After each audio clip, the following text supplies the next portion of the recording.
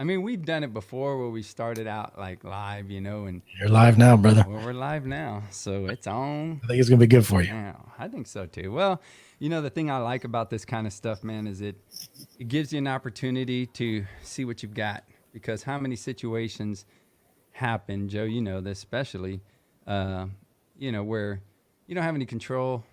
Nobody really does. It just happens, and you just got to go with it. And I think that's the situation. So I know that right now we've got softball by Fat, which is Frank. So I got to grab my popcorn and my soda to get ready for the show. Be back in a bit, and then my boy D Ward.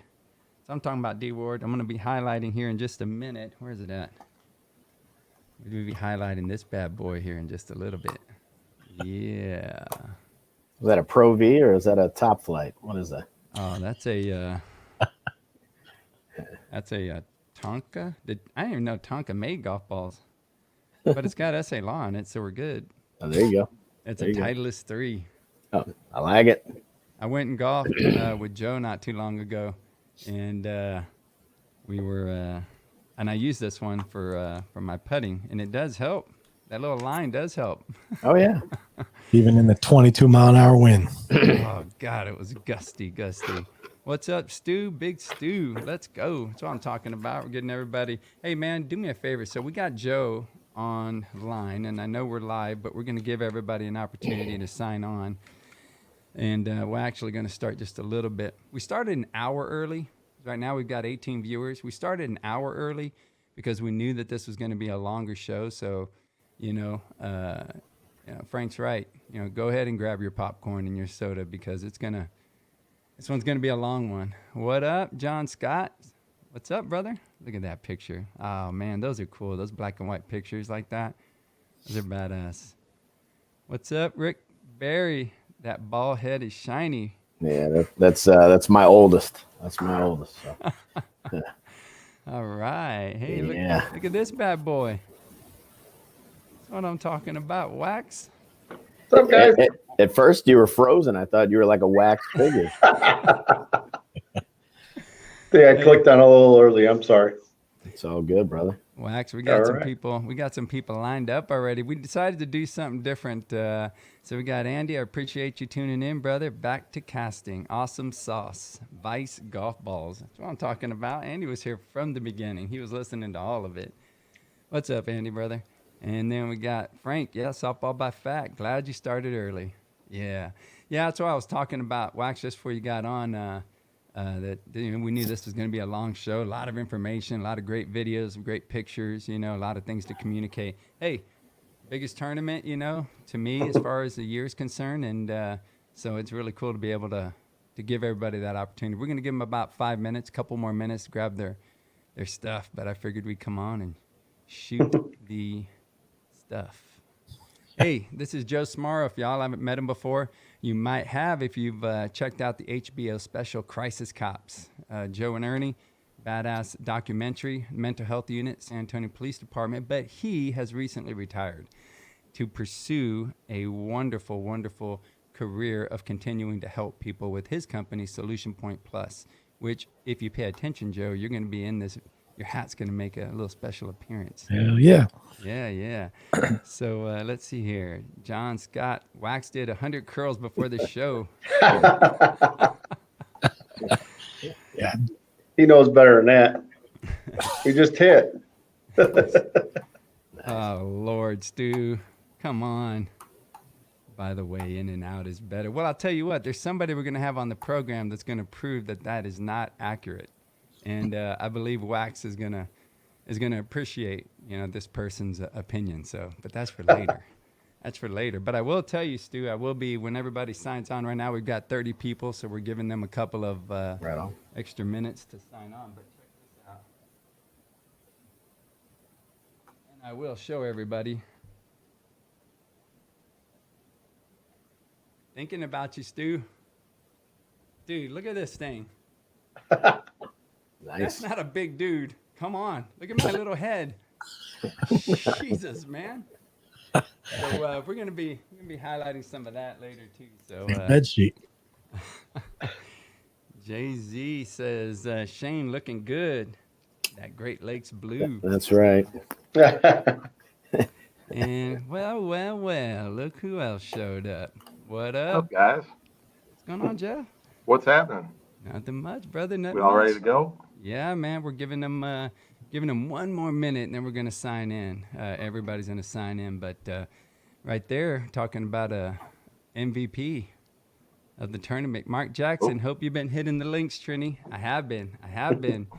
And myself and Joe, that's up there on top. He goes to the links with me quite often. Also, I can't wait to visit you out there, man.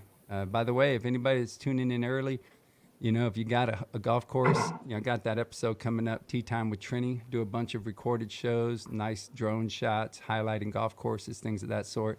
You got a course, you want me to visit, you want to host, and we'll highlight a course up there. Make sure it's, you know, worthy of the show. I'd appreciate that, and we'll make it happen. Stu says Whataburger is definitely second. That's nice, Stu. Thank you, brother. And softball by fat. Yes, Stu, it is better. Whatever. See, Joe, that's what I was talking about. All these dudes are from California, and they came to Texas. They're in denial. Let's see. Dan Potter, easy on the big guys. I don't know. I had that jalapeno Whataburger and I didn't move for 2 days. So thing was huge. They got the big burgers. It's unbelievable. That's what I'm talking about, Jonathan. You know, I'm representing, brother.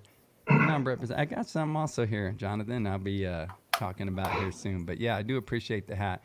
Well, listen, I think it's about that time. Yeah, nice and ready and warmed up. All right, boys. Well, we are going to get the show on the road and get this countdown started, get this intro going, and then we'll have you guys back. Sounds good. All right. All right, Thank brother. you. Give it in a few. Yep.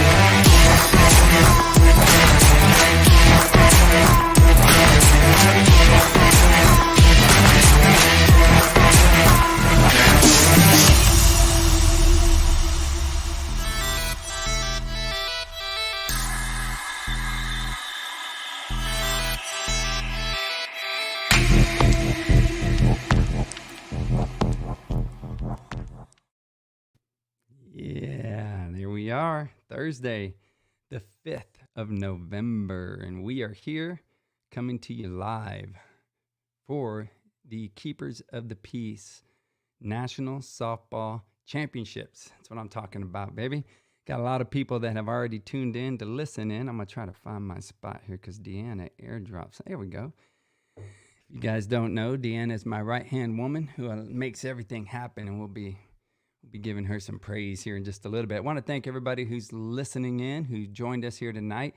We started a little bit earlier, if you noticed. Typically, it's at 8 o'clock, and but we said, you know what, we're going to start it at 7 because we know we have a lot of information to pass on. So, hey, glad you guys are here. We've got our guest in the background studio ready to come on, and I know that my co-host is caught up on a little bit of stuff, but we have our co-host here to help us out today. So I'm excited about that. Got a lot of great recap of our Keepers of the Peace National Softball Championships that took the place of, but not in place of, just because in Vegas we were canceled out due to the coronavirus. They weren't opening it up. So we, in 30 days, it's just maybe 31, but right around 30 days, we were able to secure a field. Everybody made their changes and decided to go ahead and make it up. Well, I guess some made it up, but mainly to San Antonio, Texas. Well, actually, it was Waxahachie, Texas. Waxahachie, Texas is where we actually showed up. And if you don't know where that's at, unless you're driving somewhere in between San Antonio and Dallas, you probably aren't going to know where it's at, unless we have it back there again. And we had a lot of people who enjoyed it. So it's a big consideration if we do that again, Waxahachie, Texas. So just a little bit about who I am. I am Trinidad, and I am a U.S. Air Force veteran. I am a 23-year law enforcement veteran. I'm a 2-time cancer survivor, franchise business owner of our business Biotechs. It's a crime and trauma scene cleaning company who we have, starting our franchising. We've got them in Austin and Houston and Dallas. So we're real excited about that, about to open up that marketing nationwide. And I'm also a nonprofit founder of an organization called Shields for Kids. It's a bunch of officers who go out in their off-duty time and provide for kids in the community that are in need. And a lot of times these gives that we do, they're in uniform, and a lot of these guys are off-duty, and we're doing it on our own time and on our own dime to be able to go out and provide for these kids. So I'm real proud of our organization, Shields for Kids.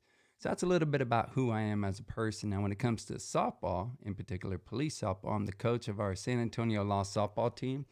We've won a couple of national titles, Chevy Wright Sportsman of the Year, Pat Hill Inspiration Award winner. I'm real proud of all those awards, but that one was a really neat time when I received that award. The Texas Police Athletic Federation and PS.com Hall of Fame inductee. So that's a little bit about me. And I want to go ahead, since my regular co-host, Joe Monahan, isn't here right now. He's going to get here as quickly as possible. I'm going to introduce my co-host, Mr. Shane Monnig. Where you at, Shane? There he is. Shane, what's up, brother? Oh, somebody got me, the old third base coach of the year nominee. I guess at least I'm invited to the dance. I hate Joe Monahan so much. It's all good. How did you know that is who's the one that sent me that banner? Because I told him I was going through the things that we need for the podcast and that Deanna sends out, and jokingly I had like VP, traveling secretary, assistant to the traveling secretary. So anyway, and I kept thinking of things, and I said, how about the third base coach of the year nominee for the Lawmen? So yeah, he's an asshole, but I'll go with And it.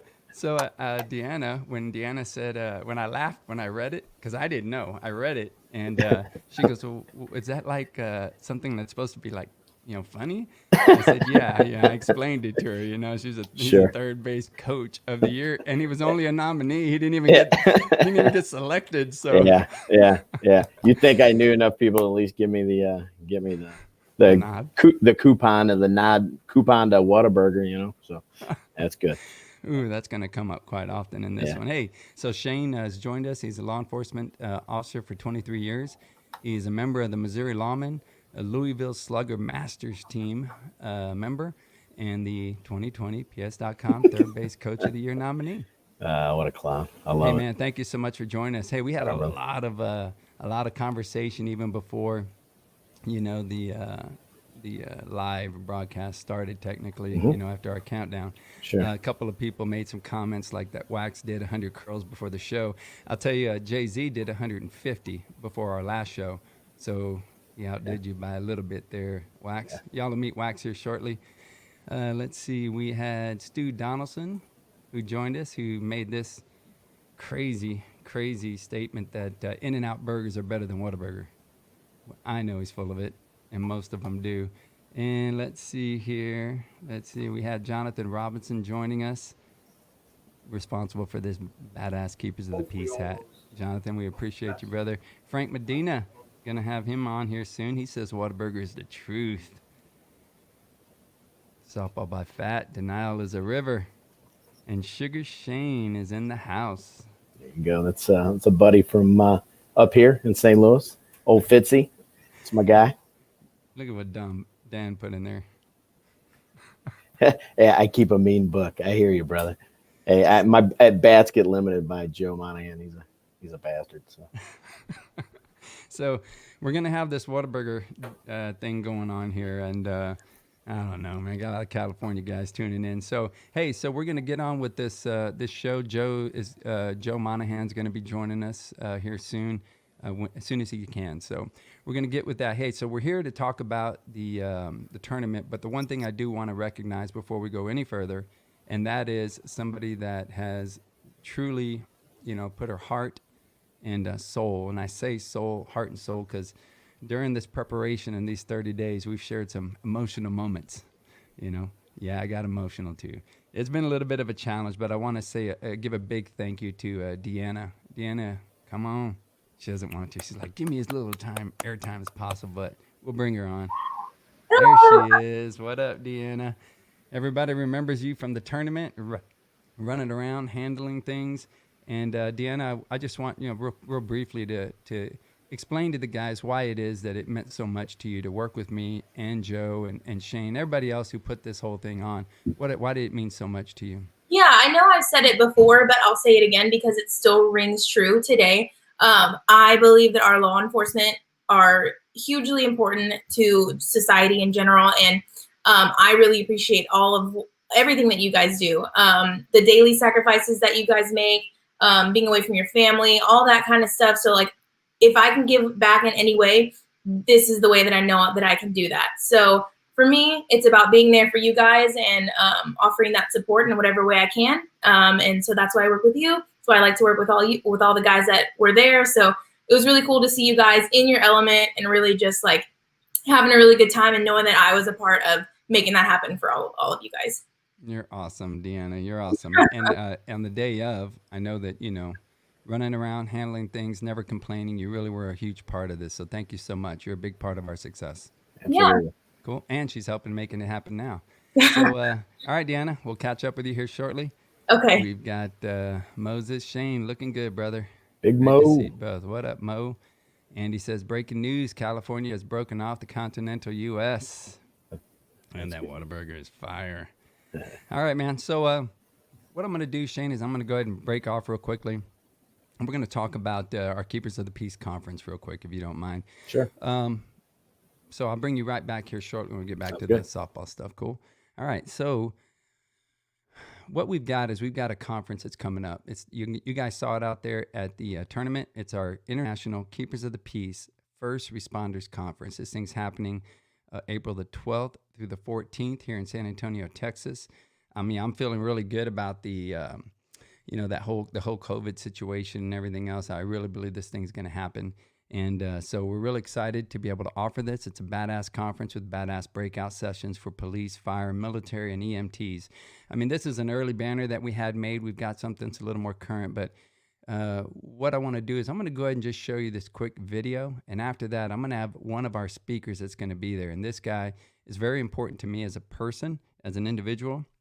But he's extremely important to our conference also, because I believe this guy is, one of the true experts in this field. And I know it because he gives me what he goes and does out at these other conferences. He does it for me. So I'm super happy that he's my friend, and I'm super happy for what he does for me and for everyone else. But first, we're going to break to this video, and then we're going to bring him on.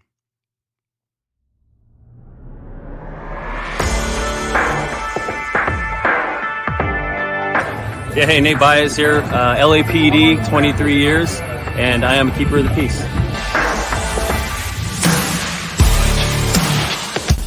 Hi, I'm Officer Zach Biggs from Detroit, Michigan, and I'm a Keeper of the Peace. I'm Wes from Denver, Colorado with Denver PD, and I'm a Keeper of the Peace for 6 years.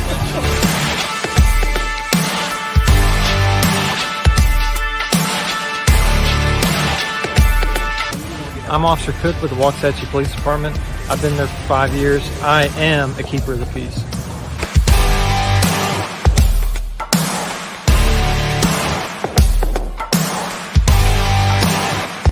I am Trinidad, a United States Air Force veteran and a retired 23-year veteran law enforcement officer, and I am a keeper of the peace.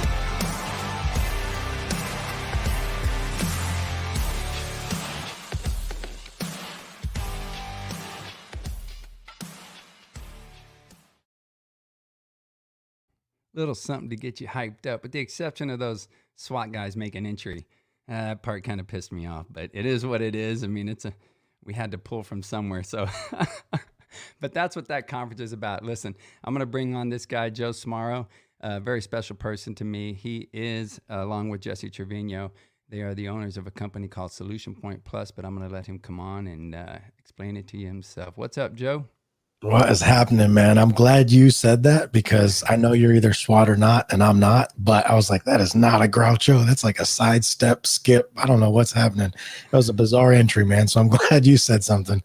I was like, I don't think Trini would approve of this. But anyway, thank you, man. I am so happy to be here with you. And it always makes me feel really, really, man, it's such a humbling feeling listening to you talk about me because I'm like, and I know you, I hang out with you, and whenever you do these and I just see the emotion in your face, it really resonates with me. And so I appreciate you, brother.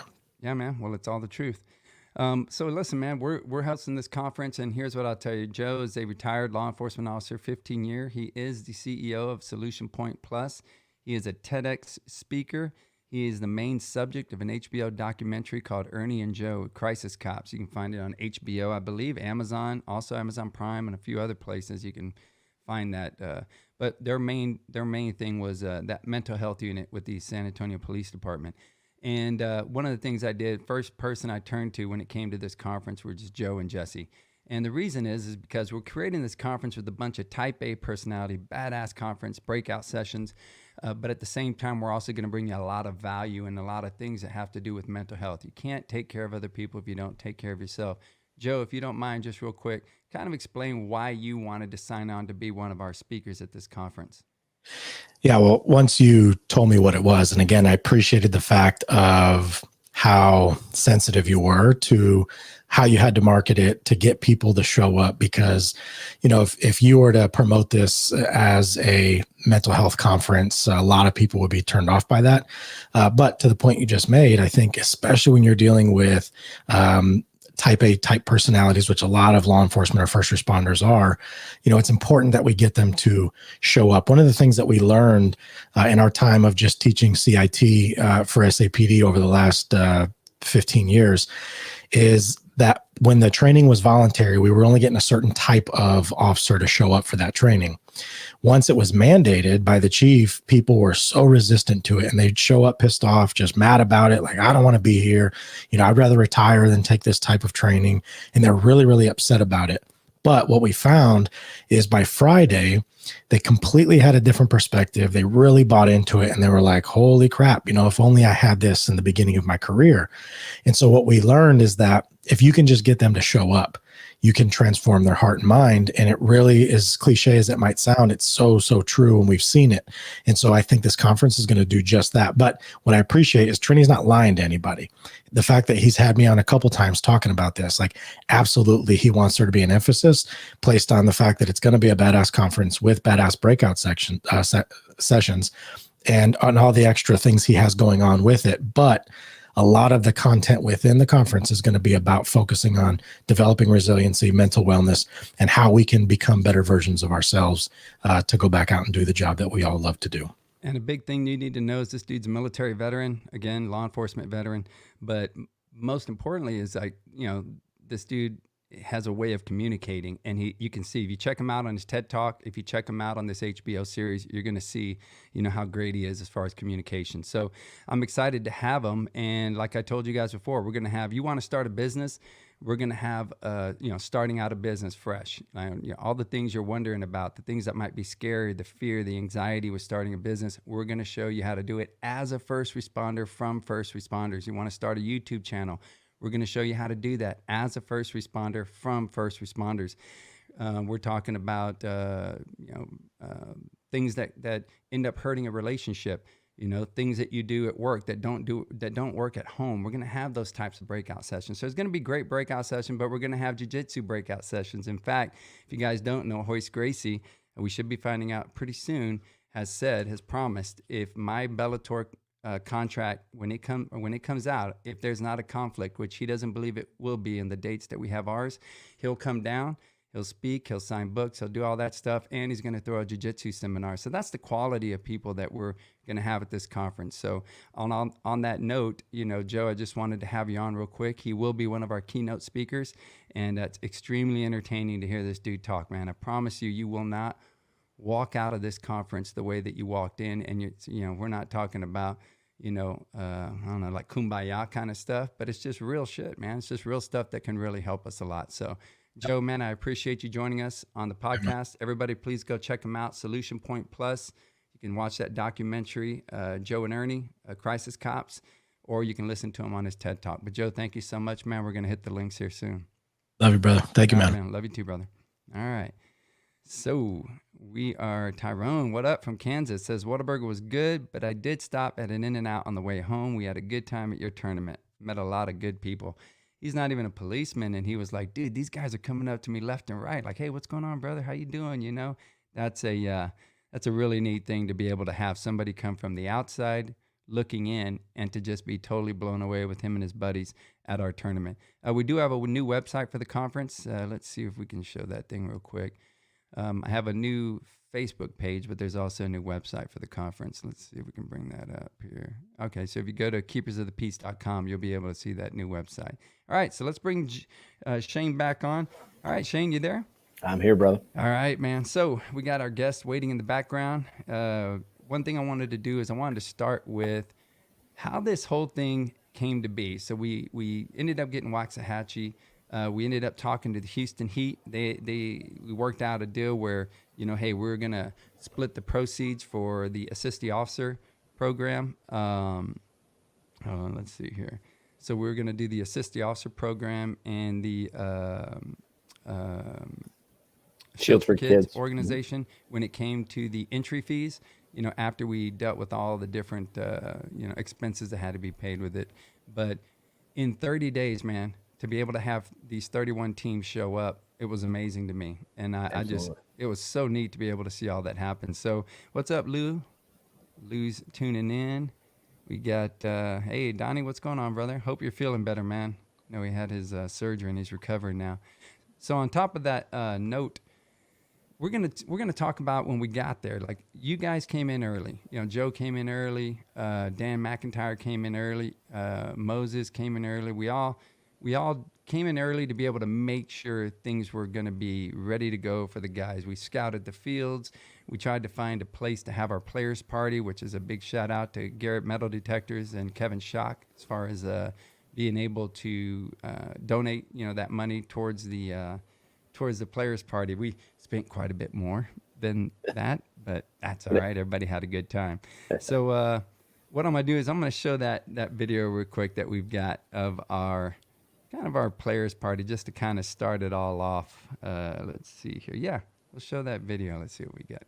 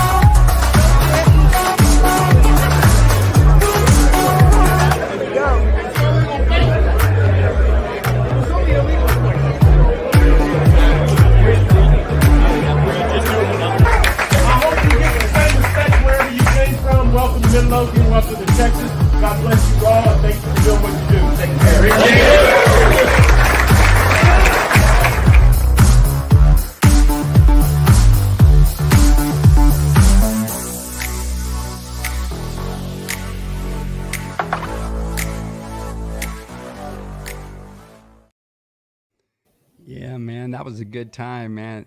Everybody commented, man. Shane, what did you hear from a lot of people about Waxahachie, Texas? Oh, I think we need to be there next year. I didn't hear one bad thing, man. I mean, it just from the people that live there to all the teams that came out to everybody that helped set it up, help run it, the people that were running the concession stand. I mean, it was what a great time, what a great place, and they don't defund in Waxahachie. I believe that's what the mayor said. So, what a great place. Yeah, man, that's exactly what he said, man. When everybody heard that, man, they just went nuts. It was awesome. Hey, in that video, just I want to give a quick shout out to D Ward. D Ward gave me this really cool golf ball that had SA Law on it, and I just used it. D Ward, I used it, and it helped me out in my putting game. I was able to line it up, so I appreciate that, brother. Thank you so much for that, man. It's always fun to be able to get these types of cool gifts. So, yeah, so that was a great players party, man. I really enjoyed it. Let's see here. My wife's saying that she can't hear me very well. Can y'all hear me all right? Send me a message. Let me know in the comments if you can hear me all right. So anyway, we had our players party. That was kind of a little bit of a worry because we wanted to make sure we had a place that everybody was comfortable in, was pro-police and all. And, man, it worked out really well. So that was cool. We had we arrived, and when we did, we ended up taking our Shields for Kids event truck there also. I'm not sure, here's what's happened in these last 2 days, man. We've done nothing but videos, editing, pictures. It was difficult. Joe and I had a little bit of a trouble kind of hooking up as far as how we're going to go about this. So we're just kind of going off the cuff. But I think what we'll do now is we'll go ahead and show I think we'll show our Shields for Kids truck. So what I want to do is just host for most that went out to the tournament. They saw our Shields for Kids truck. They got an idea of what we did. But one of the things I want to talk about is our assisting officer, which is from the Houston Police Department. They and you're going to hear about that a little bit more here soon from Frank Medina, who has a lot to do with the assisting officer. But we had our Shields for Kids event truck out there, and if you've never seen it before, for those that weren't there, got a little video of our truck and highlight what it is we do with that truck. It's an event truck. We go out like we did here last week. We went to some schools. The SWAT team dressed up as superheroes. They rappelled down off the hospital. We're able to say hi to the kids that were there that couldn't leave the hospital. So it's really neat because we loaded them up. We were able to take them out to these schools. They jump out. They say hi to the kids and everything. So it's just a really impactful vehicle. But here's a little video for those that weren't there. Get an idea of what it is that the Shields for Kids event truck does for these kids.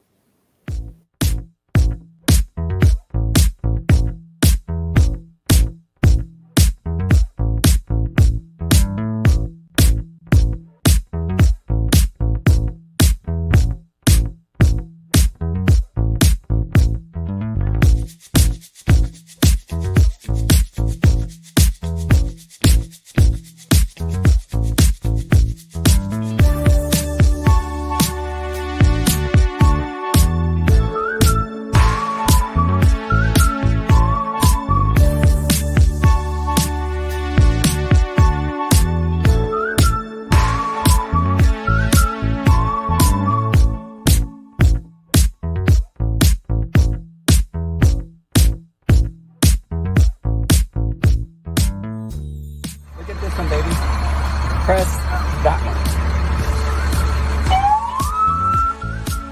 Boy right here, he has cancer, and he's really sick right now. But we were able to go help him in the hospital, and we were able to visit him, and it was really cool because he really enjoyed seeing us as policemen. So whose parents here are policemen? Anybody have a parent that's a policeman? All right, I used to have them. Oh, you know what? Dispatchers are so important to us policemen because they help us a lot. All right, we turned on the lights. Now we're going to let them hit the sirens when we're coming back.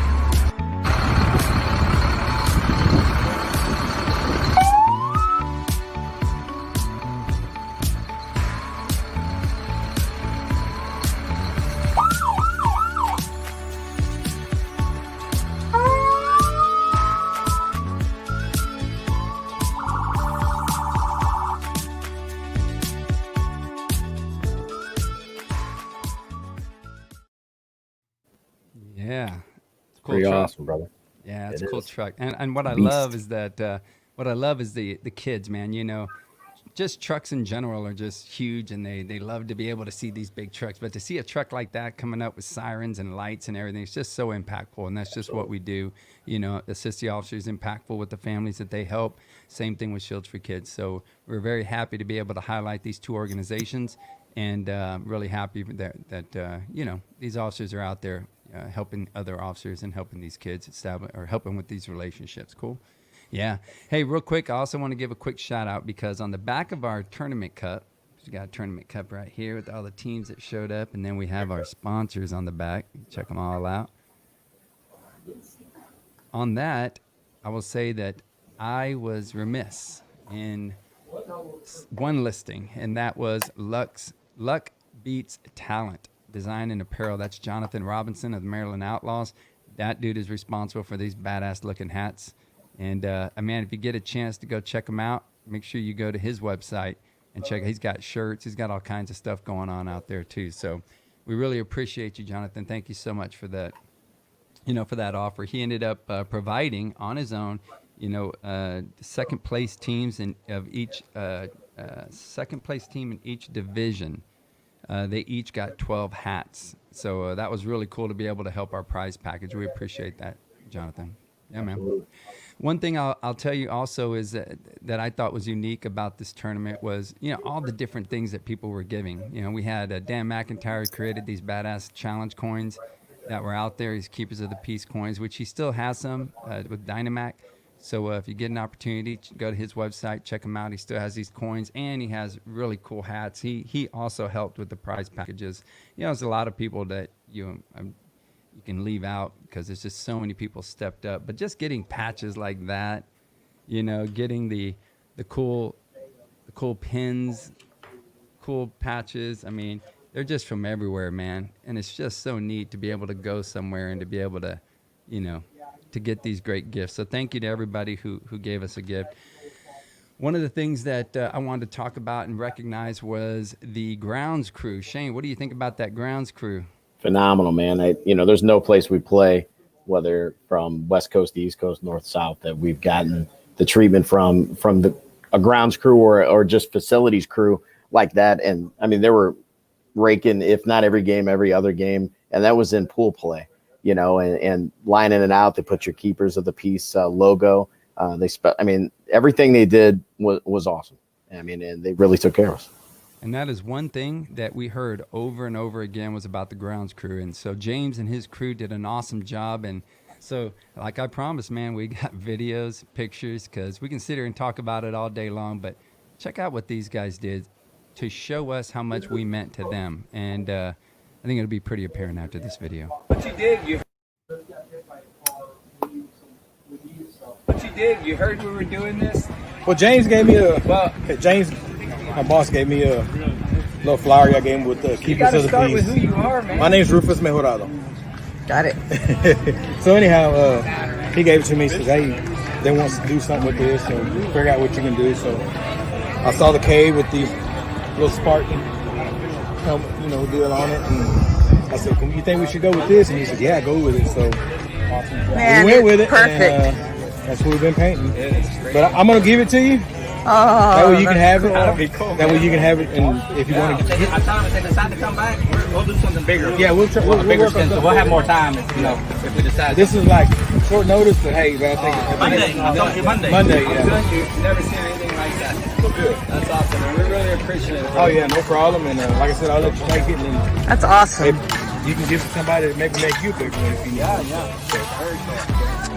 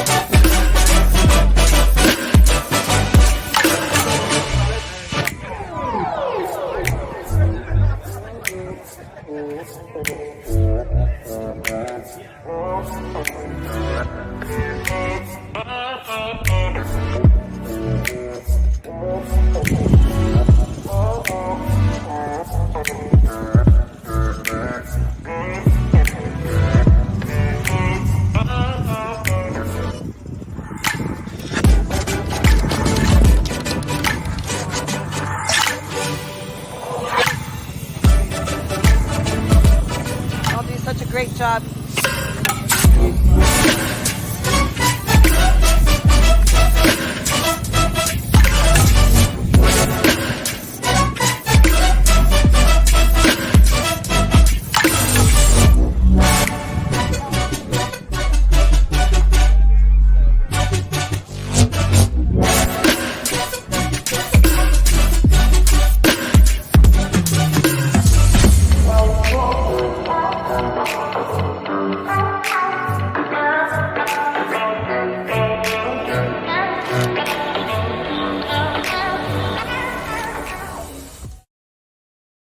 Big shout out to that crew, man.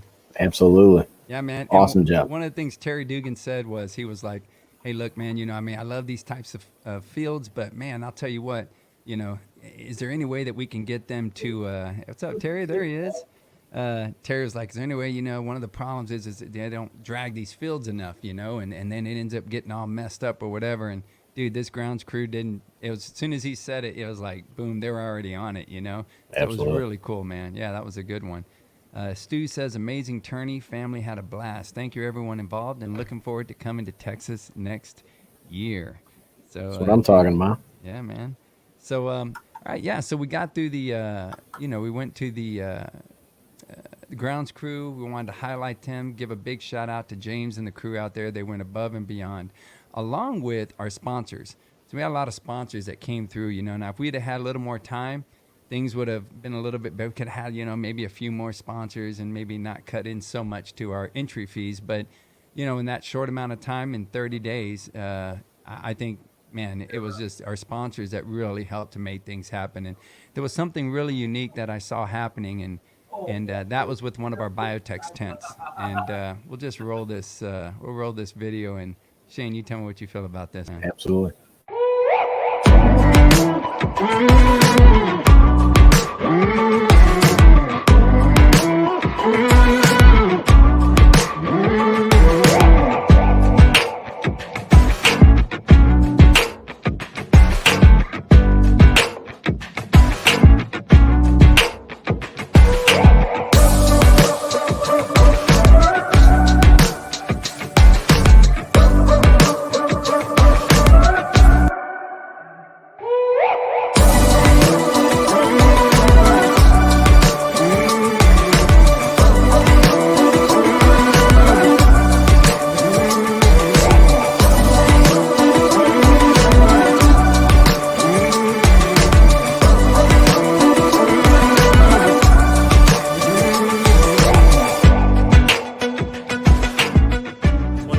On the circuit, recently inducted to the Police Softball Hall of Fame. I was just thanking Trini for his efforts with the podcast and Joe. These guys, really keeping police softball in general just really modern and current with the podcast, and they're doing a great job. Look at this. This is just a token of my appreciation. I mean, I've been doing it for so long. I have so many freaking jerseys. I figured I was going to surprise Trini and see if he didn't want it. I'd go back in my little good years. I've been doing it for a long time. Those are my prime years. I feel younger already. I'm ready to go. I'm ready to play, man. So anyway, thanks for everything, man. I appreciate it. All right.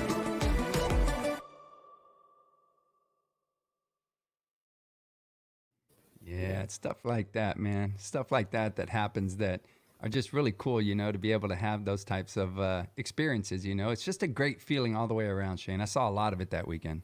Unbelievable. Yeah, every team. And I saw him counting out that money. There he goes. There's the bias. I saw him count out that money. I'm like, man, I wonder how much that flag was. I'm trying to squint to see, So that's awesome. And he gets it. No, that is awesome. Yeah. Beautiful. Yeah, man. So we had great things going on like that. We've got our guest in the background just to let you know. A little surprise when it comes to our 2 championship teams from both divisions. We've got our coach or a representative of a team along with their MVP, and they're going to be waiting in the background. We're going to be bringing them on here later on in the programming. Now, just so you know, Deanna, I can't see the comments because I'm kind of looking at the little things on the side to help keep me going in order. One of the things I do want to emphasize is that, while we were there, and Deanna, if you don't mind helping me find the video when it comes to One Call Away. There is a certain video in there. Let me know when you've got it, please. It should be in there. and maybe you can ask Michael about it. But I do want to mention that company, One Call Away. And but what I'll do before that is I want to talk about an incident that took place, you know, right before I went up, and that was a little boy named Iker. And I mentioned him at the opening ceremonies, and he is on the side of our Shields for Kids truck. When we went to visit him at the hospital, it was, anyway, I'll let you just watch this video, but this is a part of something special that happened at the tournament. Again, going along with everything that we're talking about, Shane, when we talk about our community, it's why people love police softball so much, because you play civilian ball, you know, and yeah, it's great. It's competitive. You go all kinds of places, play all kinds of teams, but there's just no family like our police softball family. Agreed. So when it comes to that, it was a very touching actions that took place. And when Iker, this little boy who we found out about that had cancer, we, as Shields for Kids, we went, I'll let you see the video.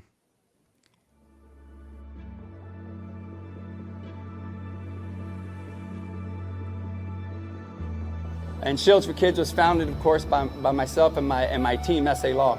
You see the truck over there. Here's what I'm going to ask of you guys. If you look on the side of that trailer, it's a little boy named Iker. We went to the hospital because Iker was going through these cancer treatments. And his reality, for those of you that have been affected by cancer or have somebody who's a loved one, you know, these treatments, they're not enjoyable. And we wanted to give him a virtual reality outside of the reality of he has to face. So we bought him these really cool virtual goggles so that when he's getting his treatment, he can go somewhere else. And then we gave their family $5,000. They needed it. So when you talk about trusting an organization to donate your money to, you know, our organization does really great things.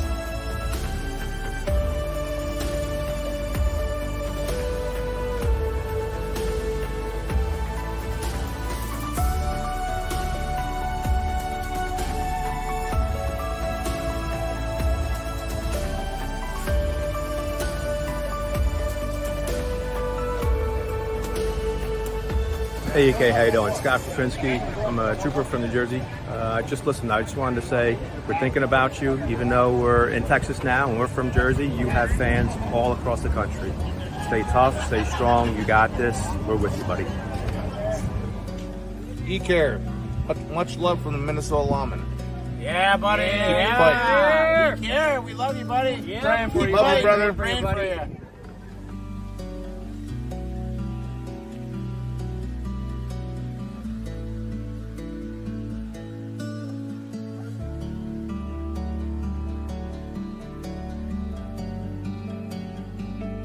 The loss of Iker is extremely painful for all of us, but our role in this situation is to walk away from here and take something positive with you and apply it to better your life and the lives within your circle. What gift has Iker given to us on this day, beautiful day, by attending his celebration of life? To love harder? Hug our loved ones more often? Make that call that has been put off to right a wrong. Spend more time talking and less time texting. Take time to sit back and truly appreciate the moments of family time. Speak the words to your loved ones and friends that they truly need in their time of need. And when your time comes, because all of us will pass at some point, take what you've experienced today from the example of the Ariola family and celebrate your life at the end. Mari Carmen, Augusto, Max, Alex, and the Ariola family, thank you for sharing Iker with all of us.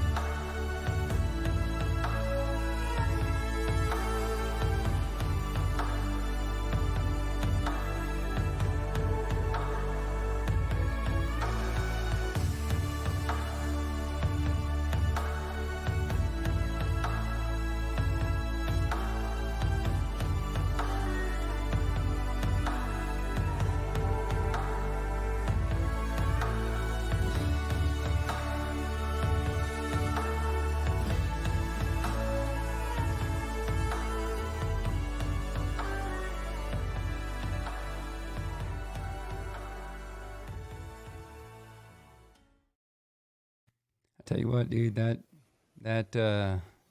we were making that video, man. It was very touching. As much as it was there at the tournament to receive those donations and to be able to hand Iker's family that money. That, I mean, you think about it, you know, we're there. Anyway, I'll just say that they're very, very, very appreciative for everybody, and they do not take that lightly. So to all of you out there who contributed, and for those that had words of encouragement, we really appreciate that. Iker's family appreciates that. Thank you so much for what you do, and it's just a little taste of what we can do when we find something that's bigger than ourselves and apply ourselves to it. And that Shields for Kids in that particular example, along with all of us coming together, is what made that happen. So thank you guys very much. Absolutely. Yeah, man. All right. So I think the next thing that we'll probably go to and talk about, we're working on right now. We are working on the one call away video. We're going to see if we can get that up, because I think that's an important thing to bring up. But until then, one of the things we'll talk about is the actual tournament. Now we'll talk about what I'm doing is I'm saving the actual play time, because we're going to show some of the video from the tournament here shortly, and then bring on our special guest. But I think we'll just go ahead and go to this one part too. As a part of the tournament, there was this very special occasion that took place, and most of you probably didn't get to see it, but one of the people who helped to put this tournament on, I mean, he is one of the people who put this tournament on, Mr. Joe Monahan. He's not here to see it, but check out what happened at his birthday celebration, which was on Friday.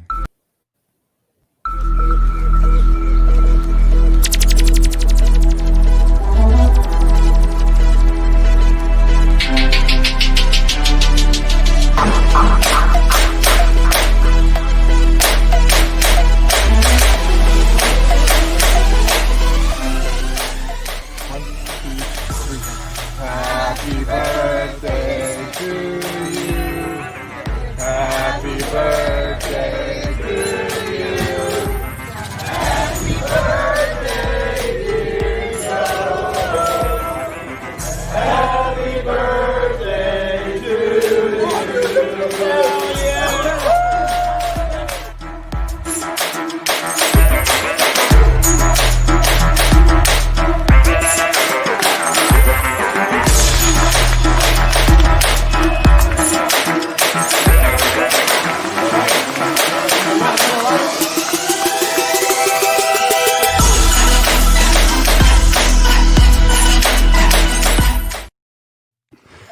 Shane, you want to explain those pictures? Well, I guess I'm the keeper of some pictures. I have obtained those pictures. Those specific pictures are from, I think 2015 in Vegas, 2015, 2014. We kind of screwed the pooch at the back end of it, but one's Angry Joe, one's not so Angry Joe, Real Happy Joe. I'm not sure whose hat it is, but I keep pictures like that, and then you see Brennan Gilbert's wife has an Etsy store, and every once in a while we get shirts made with a picture of Joe on it, and we send them out throughout the United States. So it's funny. Oh man, it was hilarious, man. I know that you guys have worn shirts with his face on it, and so it was really neat to see. I don't know how many cupcakes there were, but there were a bunch of them with his face on there. So that was a really neat thing. He ate like 7 of them, so you know. So on that note, happy birthday, Joe, again. It was great celebrating with you afterwards. Those that don't know, we hung out afterwards and had some good fun.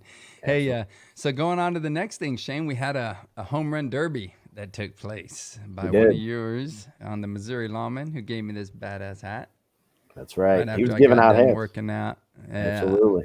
That was Mr. Jerry Weiland, but we'll check this out. Whelan. So we'll check this out. Got some cool participants in this home run derby. For those that didn't get to see it, well, now you do. If you can hear it anyway, we have the home run derby contest. If you want to sign up for it, it is right here under the Shields for Kids tent.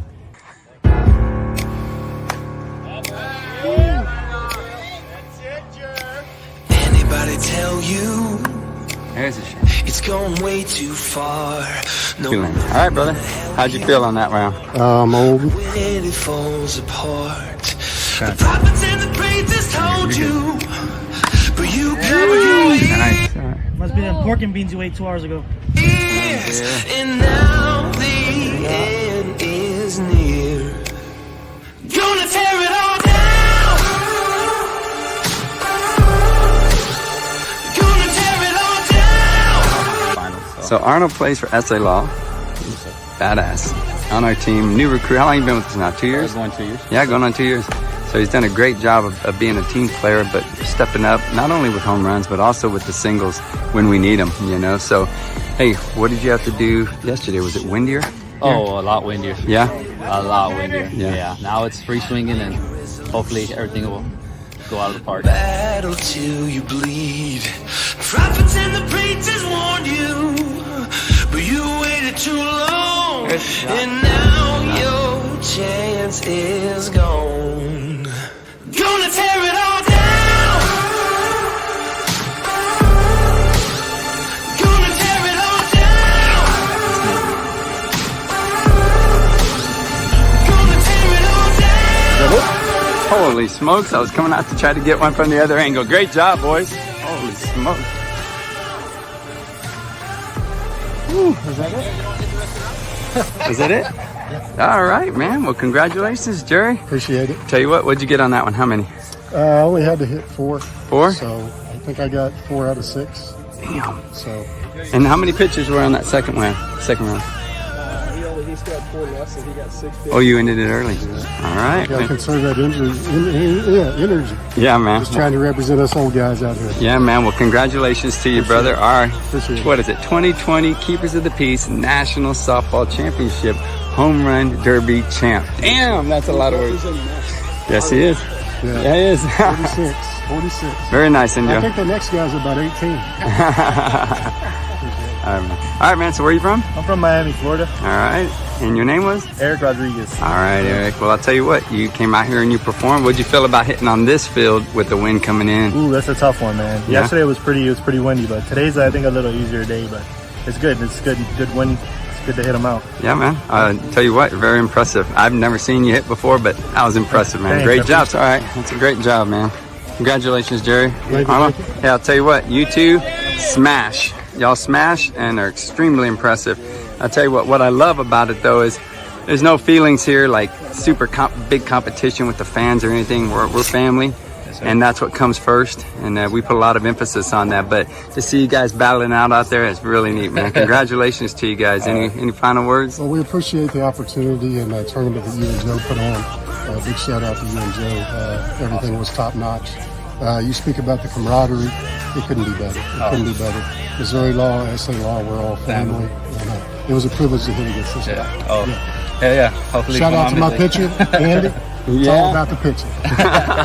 Yeah, it's like a great opportunity, awesome tournament, and it was an honor to be out here, first of all. And you know what I mean, nothing better than police softball. Absolutely. So, yeah, thank you, and it was an honor hitting against Jerry. Excellent, man. Congratulations, Yes, boys. All right.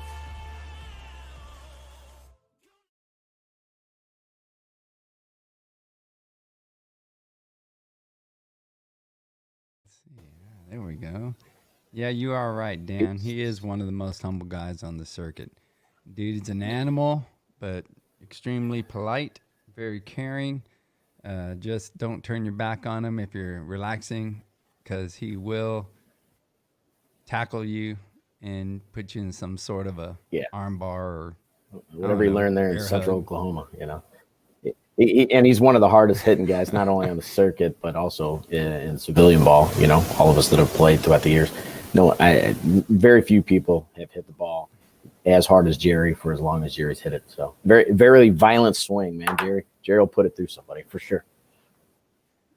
Dude, and I'll tell you what, when you look at those, he is an animal. Damn right, Jay-Z. And one of the most respected on the circuit, as you are. Both of these dudes, big dudes, but big hearts, and very humble, but you know, don't piss him off, or don't let the pitcher piss him off, because that dude, they hit freaking bombs, and that wind was coming in big time. Yeah. And they were going out as if the wind was behind them, man. Absolutely. It was super impressive. Yep. So great job. Congratulations to you guys, man. Hey, I'll tell you what, I appreciate you, Solution Point Plus. Yeah, man, I definitely do enjoy giving, and that's a part of what I enjoy, our circuit. Yeah. Hey, Shane, check this out. Got us a little something going on there. Fellas. Where's your tie, bro? I had to take it off. We just went and did a house, and I usually don't wear that when I wear my tack vest. Yeah, figured you may get some Popeyes or something on it. So I did not. So, Joe, we had a great show. We want to thank everybody for tuning in, and we hope everybody enjoyed yourselves, and we'll definitely do this again sometime soon, maybe next year. What do you think, Shane? Yeah, absolutely. Shane, you were by popular vote the best co-host we had today. Damn and right. So, well, Joe, we enjoyed it, man. See you later. All right, so Shane, back to us.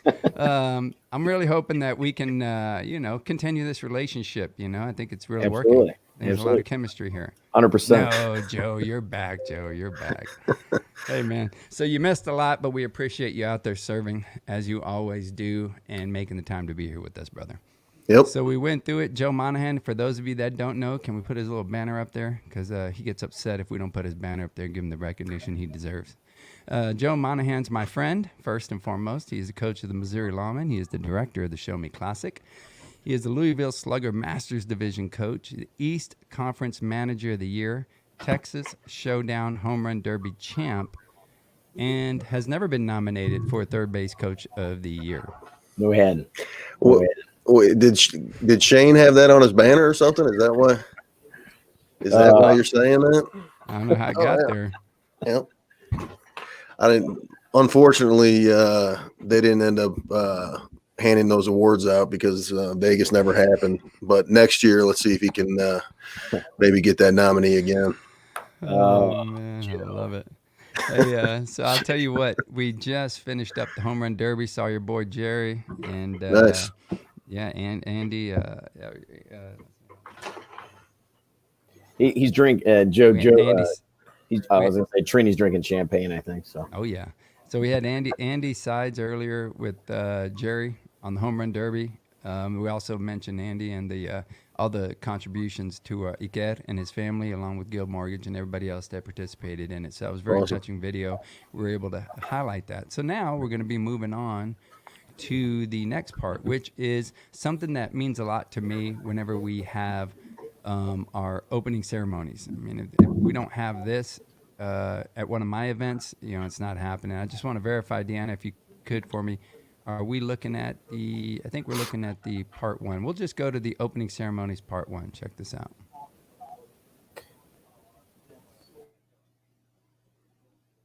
You guys hear me? Pretty successful. One of the things that's very important at any event that we have is to make sure that we pay our respects to our flag, to all that have sacrificed in that flag, and of course to recognize, I believe, the greatest country in the world. So that being said, having a presentation of our colors is super important. If you don't mind. So we've got DPS here. What's your rank, sir? Sergeant. All right, Sergeant Drabble? Yes. Sergeant Drabble's here, and he's point of contact. Tell us about your unit, man. Tell us what you guys do. We represent the northeast part of Texas with the Highway Patrol as a regional honor guard team, and we participate in funerals and events such as this, events for recognition of veterans of the Army, our different services actually. Your guys are coming in from different areas, I understand. It's not like y'all live in this city or anything. That's correct. We're all from anywhere Fort Worth area over to the Arkansas state line and down to the Tyler area. Well, just so you know, I always wanted to be a DPS trooper, so I'm like a little kid right now. Even though I've had my 23 years in law enforcement, I always wanted to be a trooper. At the time, they weren't paying that well. About 26 years ago, they weren't paying that well, but I know those dudes are making some pretty decent money now. But I've always loved these dudes, super sharp, great representation of who we are in law enforcement, man. So thank you so much. We're glad to for be being here. This brother. will be our first time at this type of event, but we're certainly happy to be here. Very happy to have you, man. Thank you so much.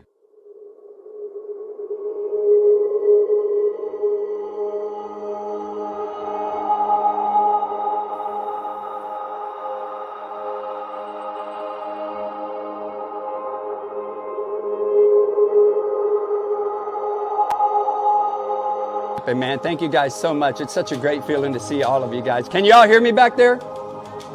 Y'all can hear me? Good, good. All right, well, we got a special treat on behalf of myself, Trinidad, and my partner, Joe Monahan.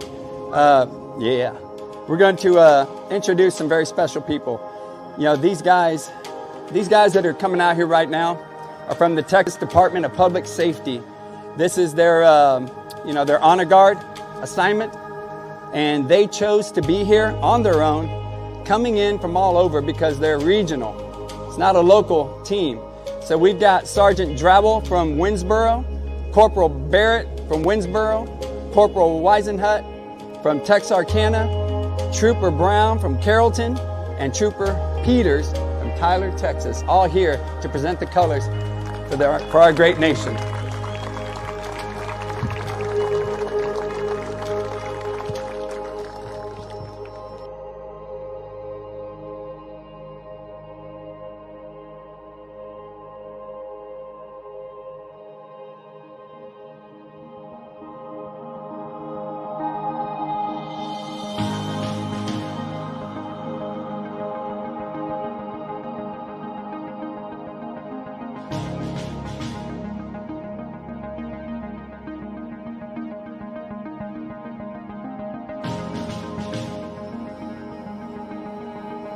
Man, let's hear it for these guys again, man. Thank you guys so much for coming out.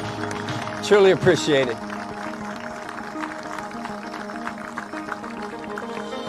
Hey, look, I'll tell you that no event that I'm personally involved in will not start with that right there.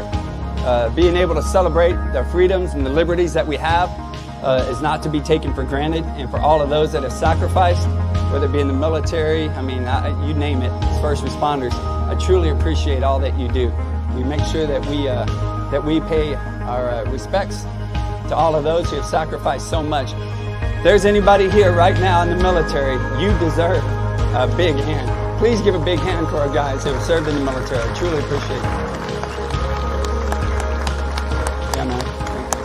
Hey, I want to give a special shout out to James Villarreal. Where are you at, James? This is our assistant park director of the sports complex you're playing on. Hey, I'll tell you what, I don't know if y'all saw it early on, but they had the cave for our keepers of the peace over there on our home field. And man, they said, we don't normally do certain things, but we're going to do it for you guys. We really love you guys as first responders. So James, thank you guys so much.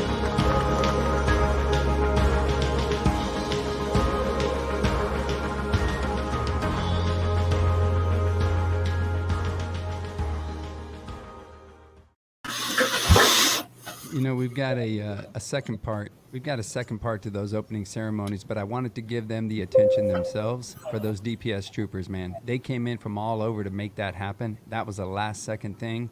And Tom Ball is the one, and I'll talk about him here just a second on the second part, but Tom Ball is the one that made that happen. And so, Tom, if you're out there listening or you see this later on, we truly appreciate it because that was very important to me. Worst case scenario, we would have had somebody out there with a flag, and we would have paid our respects to those that have fallen for our freedoms and our liberties, but ultimately giving that respect to our flag and our country. So that's the way that went. Here's the second part. We got a special announcement that we're going to have real quick, and that is going to be to a person who has been a part of our family for a very long time, and police softball means so much to this individual. He said, you know what, I got a lot of things going on right now, but I'm going to do what I need to do to make it happen. And a guy from our team, Jay Garcia, wanted to just have a little monetary presentation to this individual for all that he means to us. So can we have Dan Potter? Come on out here, Dan. Where you at, Dan? There he goes. There he come. Very cool, Dan. Hey, we've told you, I don't know how many times, what you mean to us, man. You're a part of our family, dude. So, Jay, on behalf of the SA Law team, wanted to give you a little something for you, man. Thank you so much. Thank you. Without your support, it doesn't happen. Hey, 30 days, man. 30 days, and look what we accomplished as a team, as a unit, Yeah, Joe and I did a lot of that strategizing in the background, but it does not happen without all these people. And all you guys, man, I'm so freaking impressed that you guys were willing to change your flights and come to this great city and to be here with us today. Do not take this day for granted. We know that this isn't in Vegas. We know that that's going to happen next year, but we'd be remiss by not recognizing these guys, man. What a great accomplishment to have these Hall of Famers that are going to be inducted here pretty soon, man. Awesome job. Congratulations, brother. Yeah, man. Man, look at all these Hall of Famers. That's what I'm talking about. This is a heck of a tournament right here. Very nice. Congratulations, man. There's Perry. That's what I'm talking about. That's what I'm talking about. Thank you, man. Congratulations. Hey, but check this out. This is what I love, man. What I love is that you notice the jersey I'm wearing, right? This man right here told me, he just told me that he knew that I would appreciate what this meant to him. These are the golden years, right? That's what I'm talking about. Yeah. So he's got his name on the back and he says, hey man, it's been battle tested. It's been on the field, man. I want you to have it. It would be appreciated. It would be appreciated if you'd accept it. And I did, and I'm super proud, man. So thank you so much. This kind of stuff is what I'm talking about. This is why we're here. We've had people with blown out shoes, and somebody will say, hey, man, I got some shoes for you. You know, my wife's over there struggling with the 10 or whatever. People will go over there and help. I love that about our environment, man. I love that. So thank you guys so much. Great accomplishment. We at least wanted to bring you out here and recognize you. And I know the official one's coming next year, but we wanted to at least make sure we recognize you guys. All right. Yeah, man. Yeah, man. There you go. Yeah, let's take a picture. Come on. Good job. All right, one last thing before we head out. Please pay attention to that tent that says the Keepers of the Peace. We have a conference coming up in April the 12th through the 14th in San Antonio, Texas. The ultimate goal is to be able to create a really cool, I can't say the words, but a really cool conference with really cool breakout sessions. And the intention is to be able to give you a great conference with a lot of great Type A personality events, but we're going to have a lot of meaningful breakout sessions also. Our golden attempt is to just to help save some lives, man. The suicide rate is high amongst us first responders, and we need to go outside of our own way of thinking to be able to help us to get through some of those times. So please go back there, find out about that Keepers of the Peace conference. And one last thing, there's Deanna. Can we give Deanna a round of applause, please? Very cool, Deanna. She helps me tremendously. So thank you guys so much for showing up. We really appreciate you, and let's have a great weekend.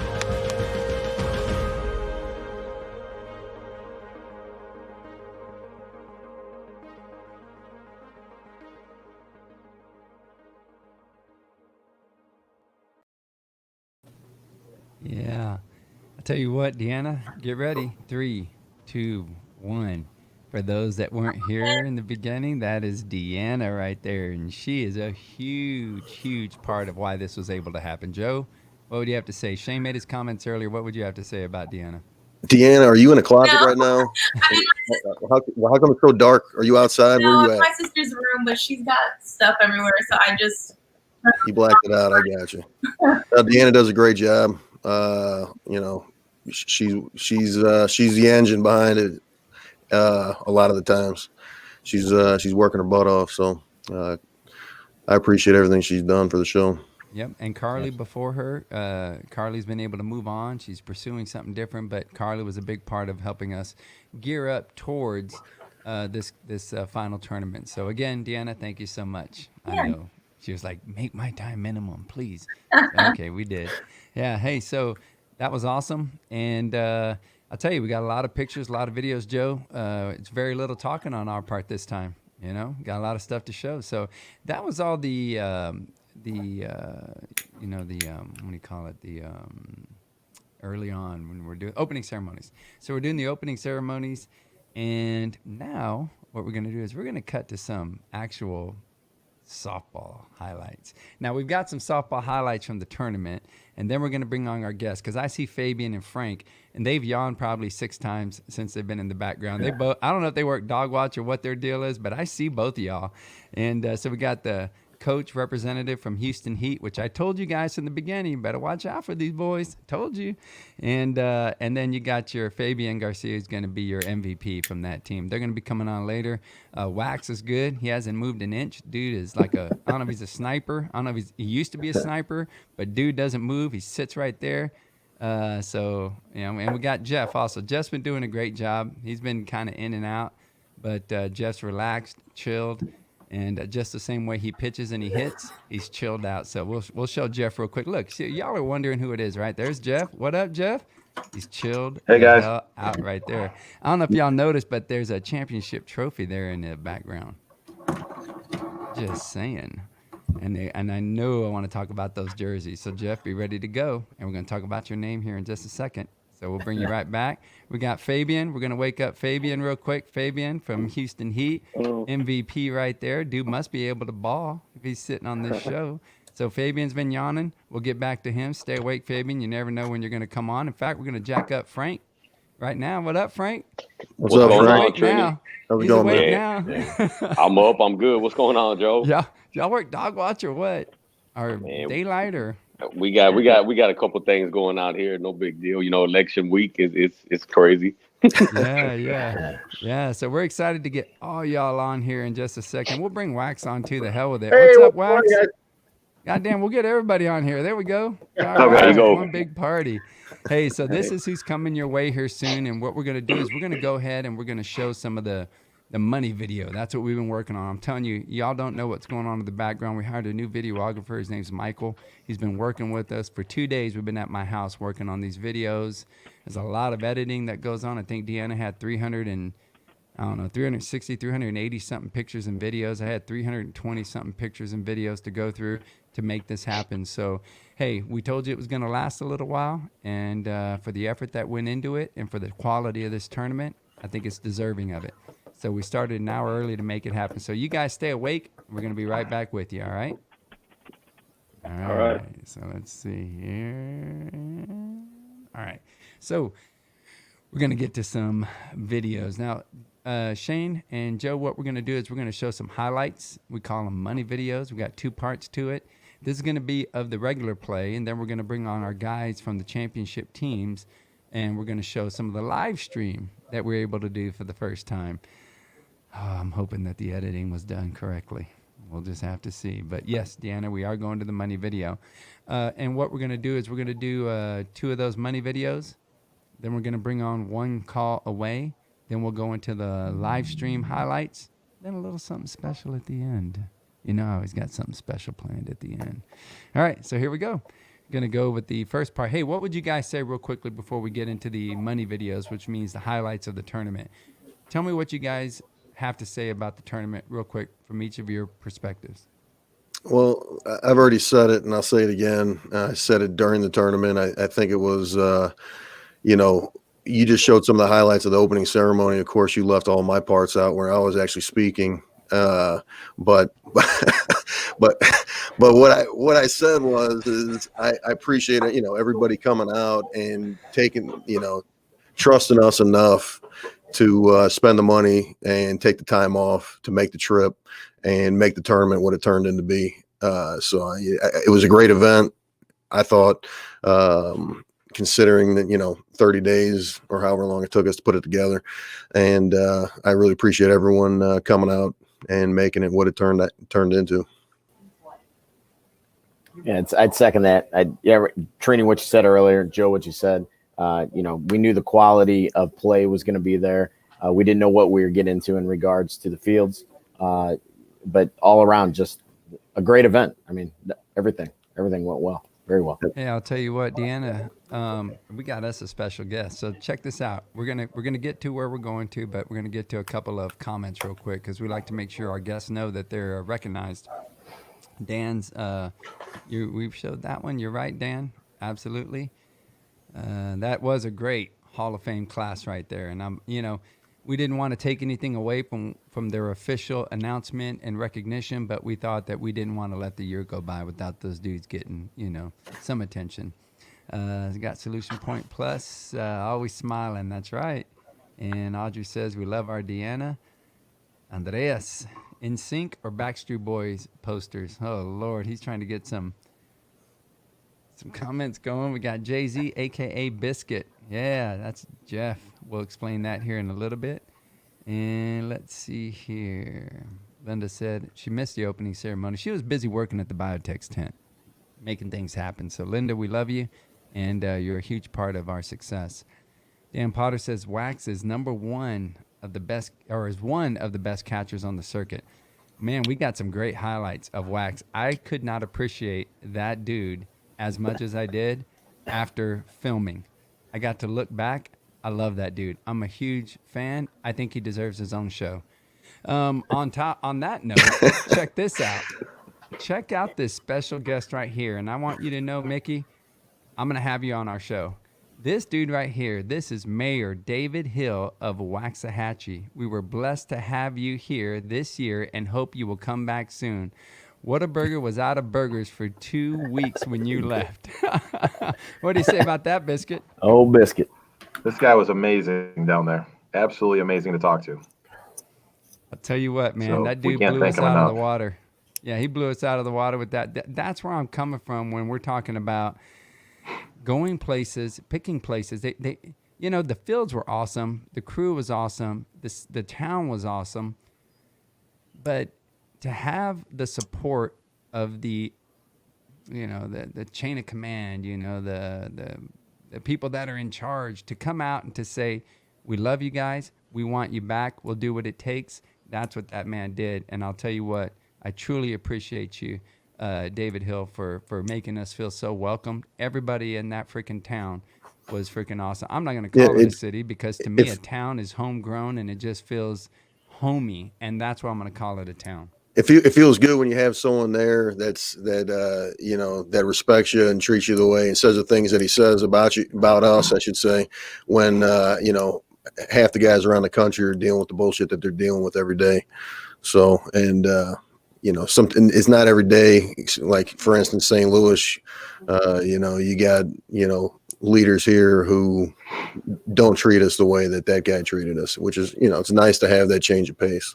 That Hey, guy's guys. got a lot to do, He's got a lot to do, a lot of things on his plate, and he still came out and made time for us. Go ahead, Biscuit.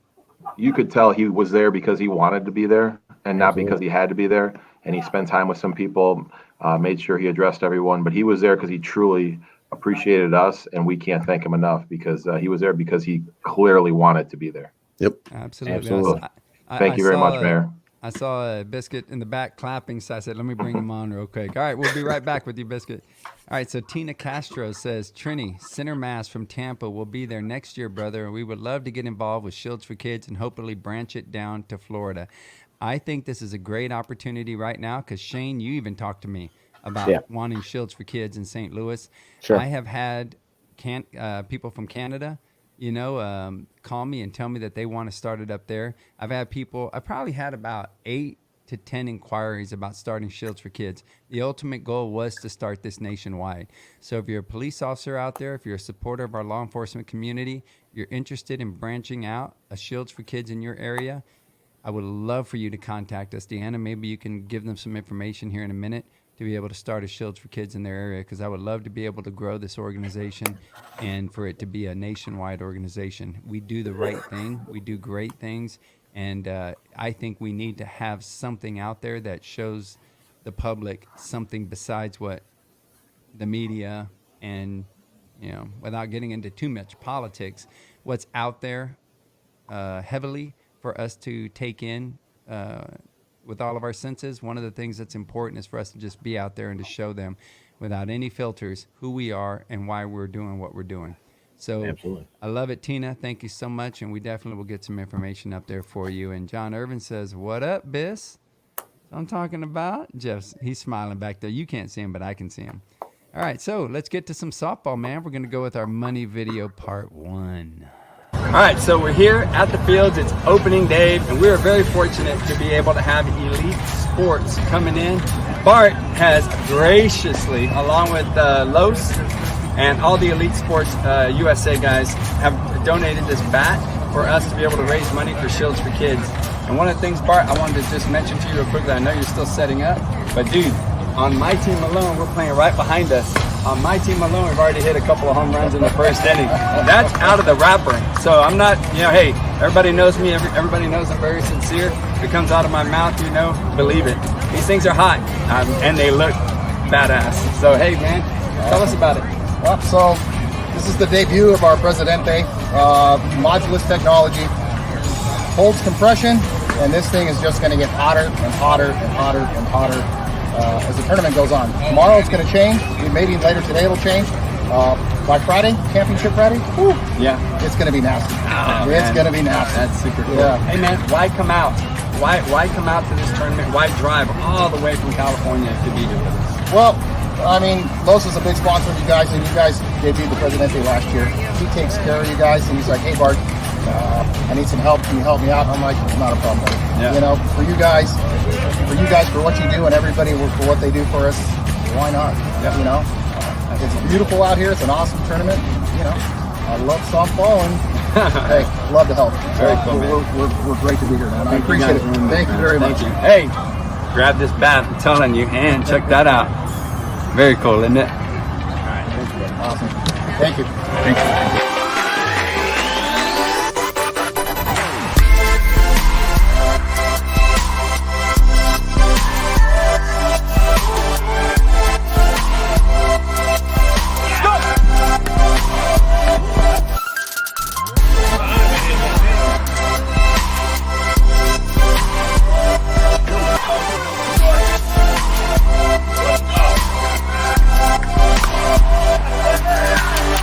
What's up, Trini? What's going on, brothers? Where's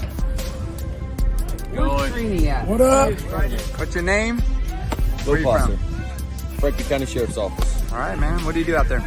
Work for Patrol second shift. Cool. Been with them 7 years. Cool. What do you think about the tournament so far? We're in Waxahachie. I mean, Well- you ever heard of Waxahachie before? Yeah, I've actually been to this area about 4 times this past year. All right. Good morning. Good morning. Good Morning. Mario, it's going to be a good morning. It's going to be a great game, right? Yes. What do you think's going to happen? Well, what do I think or what do I hope? What do you predict? What does the other Swami say? I predict that it's going to be a great game against two teams with class and admiration for each other. Important dude right there. When everybody's arguing about why am I not here, why am I not there, all you gotta do is open up the book, huh? Amen. Amen, brother. It's all right here, black and white. What's going on, What's up, man? buddy? How are you? Yeah, excellent, man. Excellent. Thank you for your support, man. Hey, dude! What are you thinking about, man? What do we got going on here? I need to hit the ball. That's what I'm thinking about. What are you Because I thinking have of? not yet this game, and it is bad. It sucks, man. I know it. We're getting to those ruts, but Yeah. what are you gonna do differently? What's your mindset going into this I'm next just at gonna bat? hit it. I'm just going to hit it.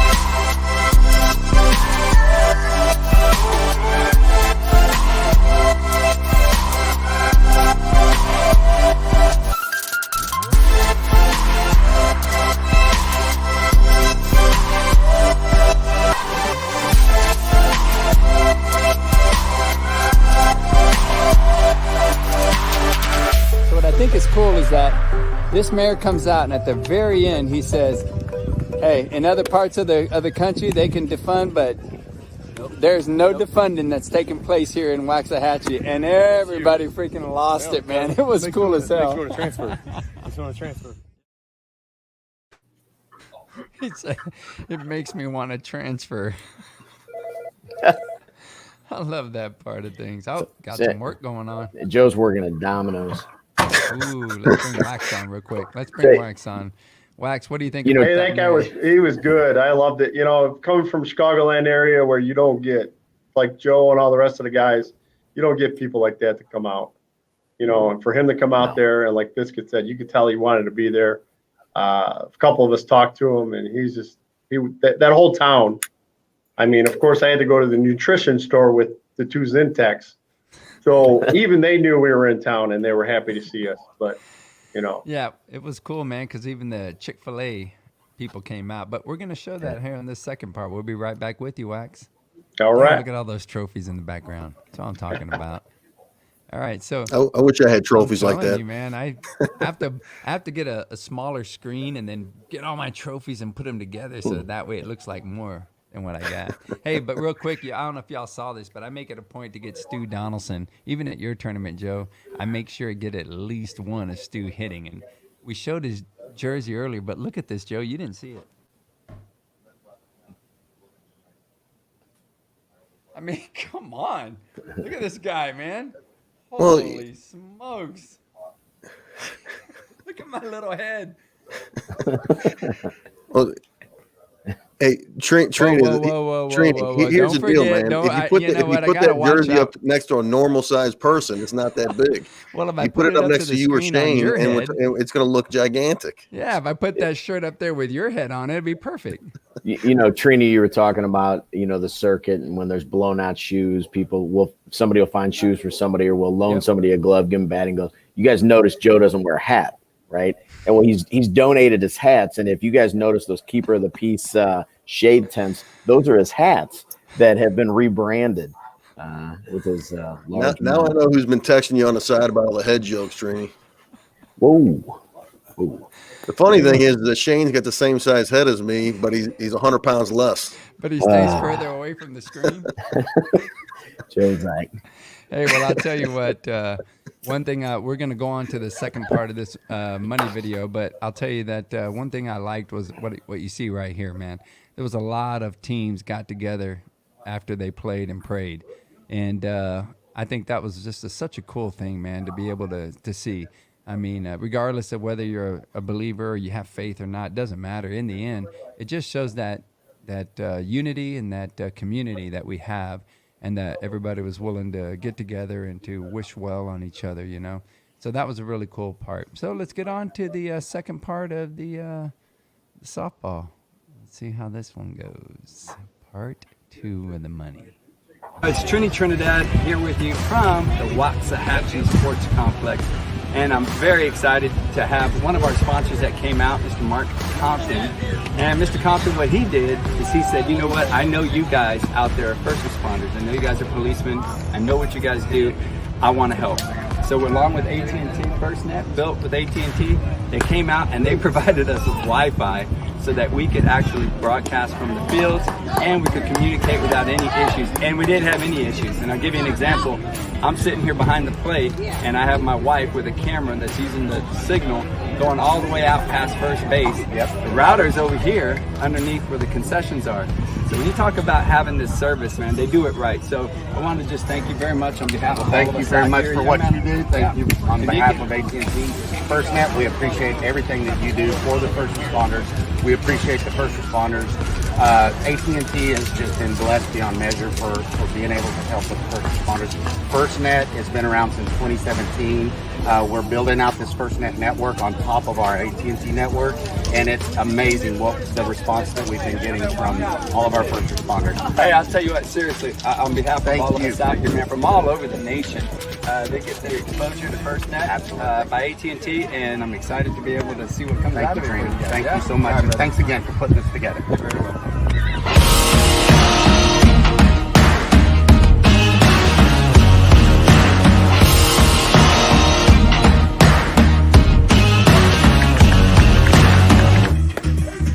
There you go. Come on.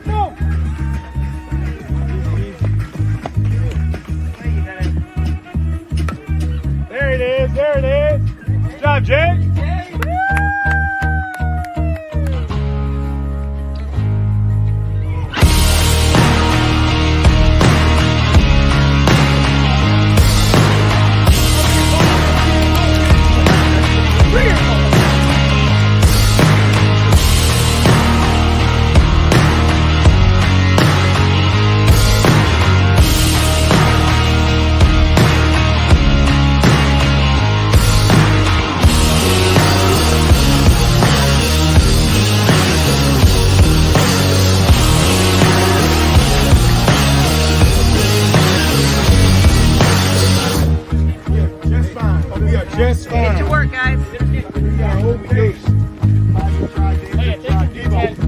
try. Hey, let's go. Tight. Hit it out of this dump.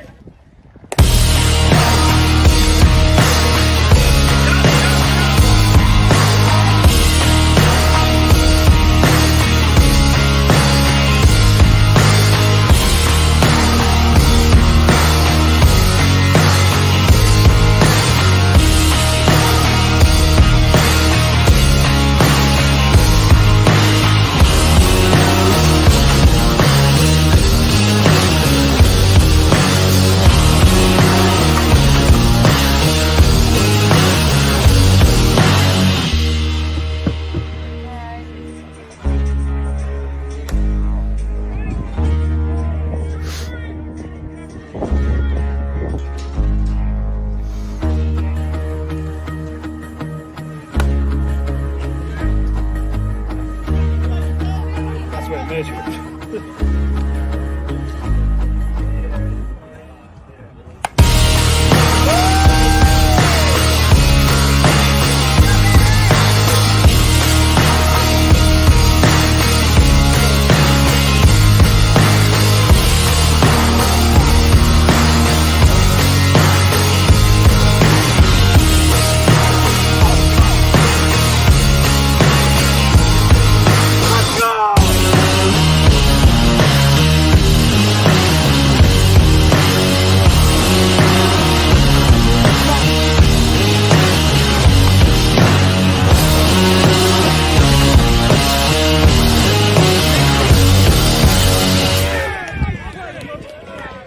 Thank you, Trini. Everybody loved it? Yeah, Awesome. This better not be the last one. We're coming back.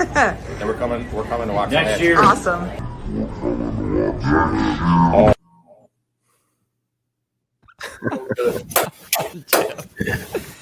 I know. That's it. All right, let's slow that one down. Michael, good job on that one. Hey, I'll tell you what, man, that was some great action, and we got some more action coming up, by the way. But man, you want to talk about competitiveness? You want to talk about what we're used to seeing? I mean, it was cool. I mean, in Vegas, we have our turf fields and everything, but I mean, this one added a little bit of a challenge. You know, great fields, the best fields that are upkept by grounds crew. Joe, you weren't here, but we had the highlight on the grounds crew, and man, these dudes did an unbelievable job. So, but man, what great play. Okay. And so that was some of the highlights from the tournament. And I think I don't know. I know it's going to be interesting here in just a second. We're going to go to our live stream. First ever live stream that we've had from a tournament with multiple cameras. That's coming up next. But before we do that, we're going to bring on our special guest. I'm going to do one thing real quick before we do that, though, and I want to be able to highlight this one call away because I think it's important. This is an unusual situation that took place because I saw the shirt and it resonated with me in a way that was different than what the intention was on the shirt, but I think it's important enough to highlight. So I'm going to play that video. And Frank, I see you drinking out of your Keepers of the Peace mug. Yeah, that's what I'm talking about. I saw you. You're standing awake. You must add a little something to that because you're not yawning anymore. So maybe you called in. I don't know, but you're awake now, so I appreciate that.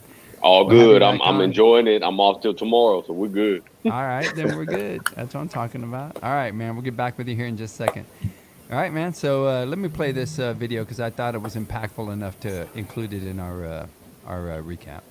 It's focusing on law enforcement initially, but it's because, every call you go on, it could be the most basic of calls that turns into something where now, again, you may have to take somebody's life. You may get your life taken, or your decisions on that call may end up putting you in prison or putting you, that's kind of where I'm going. The long term also is what every call can do to you mentally with PTSD and all that stuff. So, I mean, my thought process is to get everybody with their mind right as far as training. Just focusing on what needs to be done daily within this job because it affects you. No, you cannot take care of other people if you don't take care of yourself. Absolutely, I couldn't have said it better myself. Yeah, I believe we put so many people in front of our own needs or desires. We care so much about so many other people, finding answers for them, solving problems for them, and I think that as first responders, a lot of times we don't care or we don't think enough about our own problems and our own, how do we handle our own pressures and stresses, and how does that ultimately affect our families. I want you to know something though, okay? You got me on this? I want you to know something, and I'll hold this real quick. Sure. I want you to know that when I saw the back of this shirt, would you mind one more time? God damn, it is a great guy to have your shirt on, because the freaking lights allow you to see the whole, it's like a billboard. Yeah. But here's the thing, one moment, one thought, one decision, one reaction, one call away. You know what this meant to me? I was at a point in my life where I considered suicide. And so when you think about one moment that you're down and you're hurting, and you think about one thought, I want it to end. I want it just to be over. One decision, am I going to grab that gun? Am I going to pull that trigger? That's the reaction now is, I thought about somebody who was bigger than me, and that was my mother. And I knew what I was going to do to her. If I made that decision from that one moment, from that one thought, and I made that decision, and I had that reaction, and I pulled that trigger, I knew what I was going to do to my mother, mainly. I look at one call away because I've made a call that's made a difference in multiple people's lives when they needed it. And I talk about, make sure you make that call. If you feel something, there's some that's like, you know what, man, I need to call Chad, my buddy. I'm gonna call Chad, because he might be feeling something at the time that he needs to hear something outside of his own way of thinking to help him in that time. That's what I saw in this. And I thought it was so cool, because to me, it's making that call. So for me, at least, I get the message of the company, one call away. Is that right? Correct, yep. But for me, it's one call away of saving someone. And that to me is a big message, because I've had calls like that and I've given calls like that. So in a weird way, because of the fact that out of your mind, you created this company, you're good, brother. Out of this mind, you created this company, you helped me to remember to make that call. So in a different way, man, it worked. It worked out good. That's great. That's great to hear. I'm glad it had a message that was above what my thought process was. So it's even something for me to push forward on that aspect as well. So that's great. Yeah.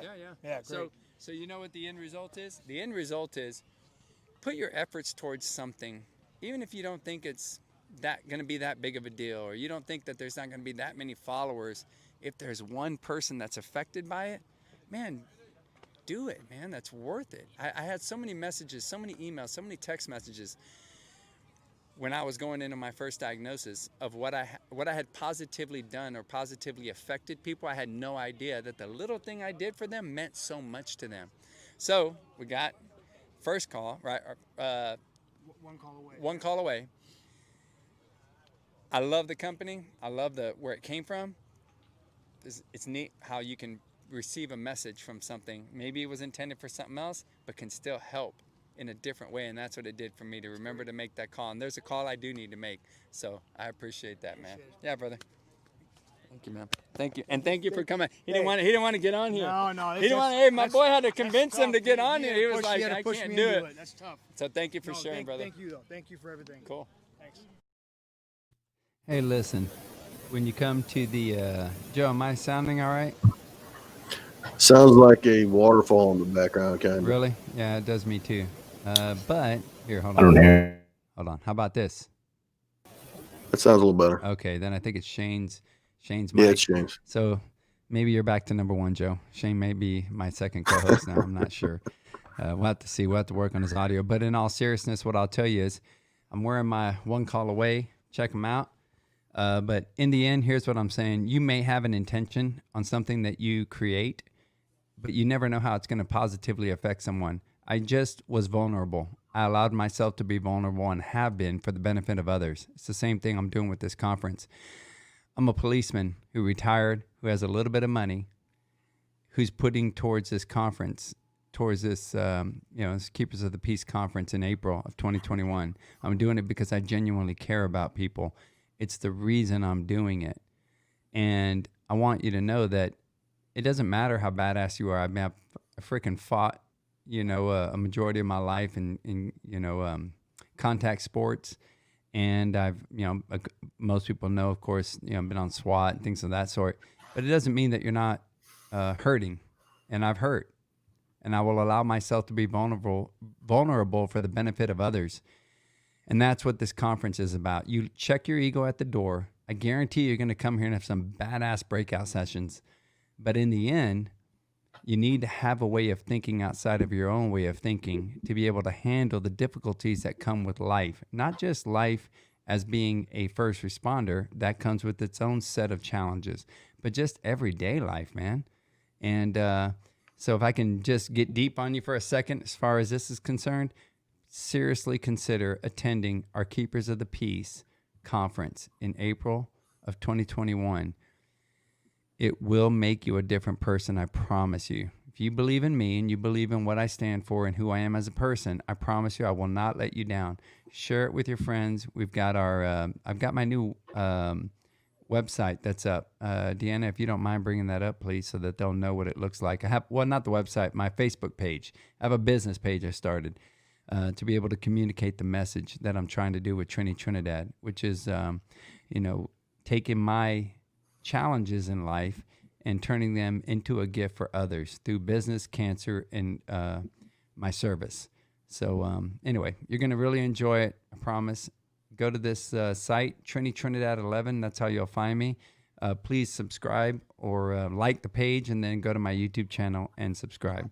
Hey, so on that note, Steven Rometta says, if I take a team, can you schedule a game against my man Mario? Ooh, that one's already tough. And Mid-Atlantic. I love the police softball competition and camaraderie y'all have. Steven, I'll tell you what. If you bring your guys down, I will have a team, and we will have a home run derby. We'll bring in some badass pros. I know you got the connections. I got a few myself. We'll bring them in. We'll have a really cool home run derby. We'll raise some funds. We'll do some good. We'll make it happen. Okay, Steven? I truly appreciate that. And Michael Ryan, my new videographer, says thank you. He's been working big time to make this happen. So on that note, we got our 2 money videos out of the way, and now we're about to go to our live stream. So Shane and Joe, I'm gonna unmute you now. There you go. You're good. So Shane and Joe, we had this thing that we started at the tournament for the first time ever, a live stream that I know of in police softball. I know we have live streams, you put a camera up there, but you don't have commentary. And now it's time to bring our special guest on. So we're going to be bringing on Frank Medina from Houston Heat. What's up, man?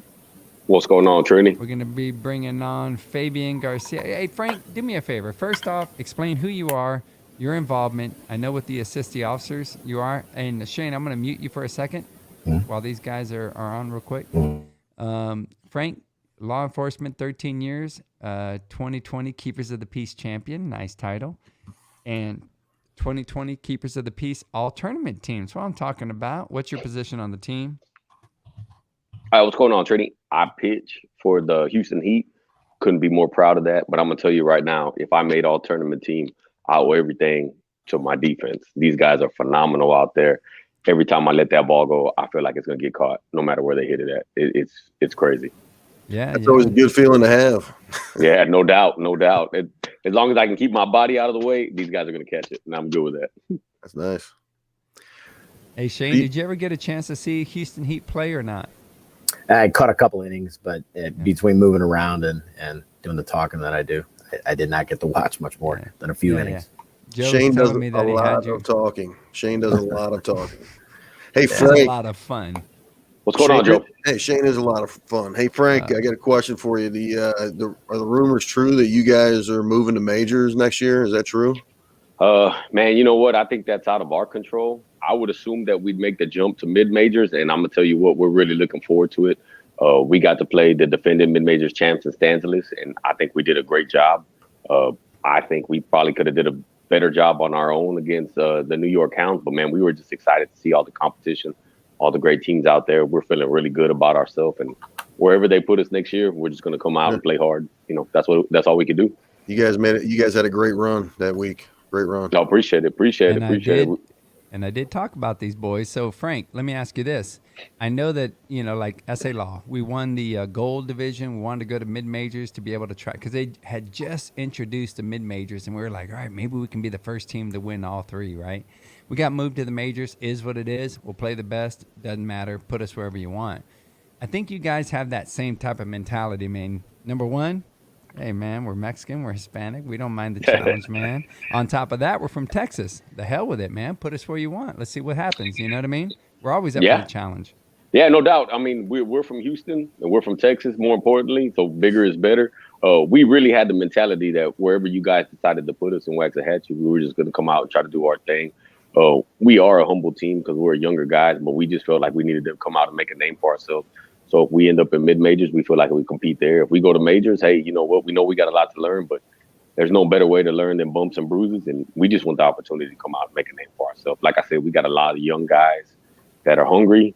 A lot of young guys. Yeah, and we got some talent, man. And I'm telling you, every time I let that ball go, there's no better feeling than feeling like, hey, it's not going to hit the ground, man. You know, and if it does, somebody getting thrown out. Yeah. Nice.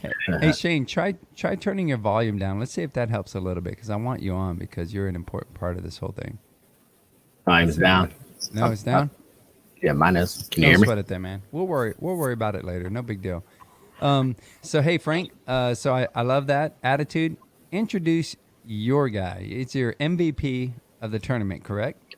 You know, yeah, it is. And this is a funny story, Joe and Trini and Shane. This guy right here, Fabian Garcia, he's years younger than me. And the crazy part is, when we started the Houston Heat, I was so used to being the youngest guy everywhere I went, tag team, narcotics, everywhere. And then we got these guys that were 10 years younger than me, and I felt like the old guy. And this guy Fabian, I actually played with his cousin growing up in high school in select ball. And I played with this guy maybe once or twice in Sunday League. And when I heard he joined the department, I told Clemente, I said, hey, we need to take a look at this guy because he's legit. And sure enough, man, we put this guy on the hot corner. We tried him in short, and he told us, hey, man, that's not my spot. I am a third baseman. Nobody gets the ball by me at third base. Oh, man. Yeah. And I'm going to tell you what, we had two great games back-to-back against Minnesota. And the Norsemen put up some fights, man. And I'm going to tell you, that was great. Always do. In the seventh inning, they were trying to rally. And one of their biggest guys came up and hit a shot down third base with the guy on second. And Fabian snagged it out of the air. I didn't even see him catch it. Nobody saw him catch it. The guy on second base said, we don't hit it any harder than that. I said, I guess we were just meant to take it today, you know?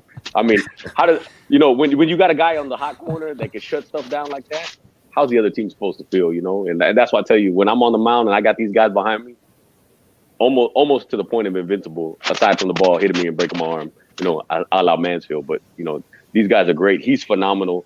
He hit a bunch of home runs, and he's one of the smaller guys on the team. But he came out and he decided he was going to ball out that weekend, and, you know, we were real fortunate to have him. All right. Yeah, very cool. All right. Well, I'm excited about that. So I'll tell you what, Shane, I'm going to mute you real quick. I'll tell you this, that Fabian, here's the cool part. I don't know what you got in your cup, but I've seen Fabian, and unless he's drinking straight vodka, dude's drinking water. So, Fabian, welcome to the program. What's going on, brother? What's going on, guys? You want a guy like that. You want a guy. He's drinking water during this show. He's been in the back row for an hour now, and he's just drinking water. Yeah, I'm always filling up on water, man. You got to stay hydrated, keep the body right, you know? See that young guy? That's what I'm talking about.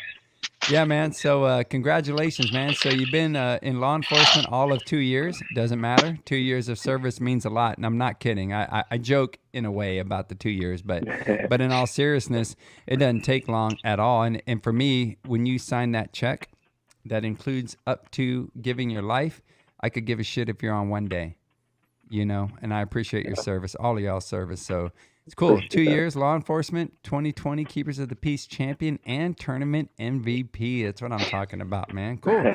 So what was your experience at the tournament? Oh, man, it was great, man. Like I said, I mean, you know, me and Frank, we used to play together on Sunday League, you know, back, you know, way back. I didn't even know he was a police officer then. But I found out that, I was on the once I joined the department, he kind of hit me up and he was like, "Hey man, come out and try to come play some softball." And I was like, "Oh man, I don't know. I'm a baseball guy." Came out, man, and I was like surprised with the amount of talent that was out there, because it was unreal. You had some ballers out there. So with this tournament specifically, of course, just like last year, Las Vegas. I mean, every single team out there was good, and you had to bring your A game every single time. So I enjoyed it. Were you surprised at the when you first entered law enforcement softball about the competition, level of competition? Oh yeah, 100%. I mean, I had no doubt that, honestly, me being a young guy, all these old guys were as good as they were. What's old? What are you? Hold on. This Where's guy, that this line guy of right old? I'm here. just He's curious. talking about Shane, old I'm going right to unmute here, you right now, Shane. Tell me what's old. I need to know that. I don't know. I mean, I just say a couple of years. Let's 10 years on, I guess. Let's start with this. Fabian, how old are you, man? I'm 26 years old. I'll be 27 in December. So. All right. Yeah. Is this your first year playing LE ball or no? This is actually my second year, and I was actually kind of like, I was really excited about it, but of course, with the COVID and all that stuff hitting, it was kind of a bummy year, but last year was my first year, and I mean, it was a blast. I got you. Yeah, cool.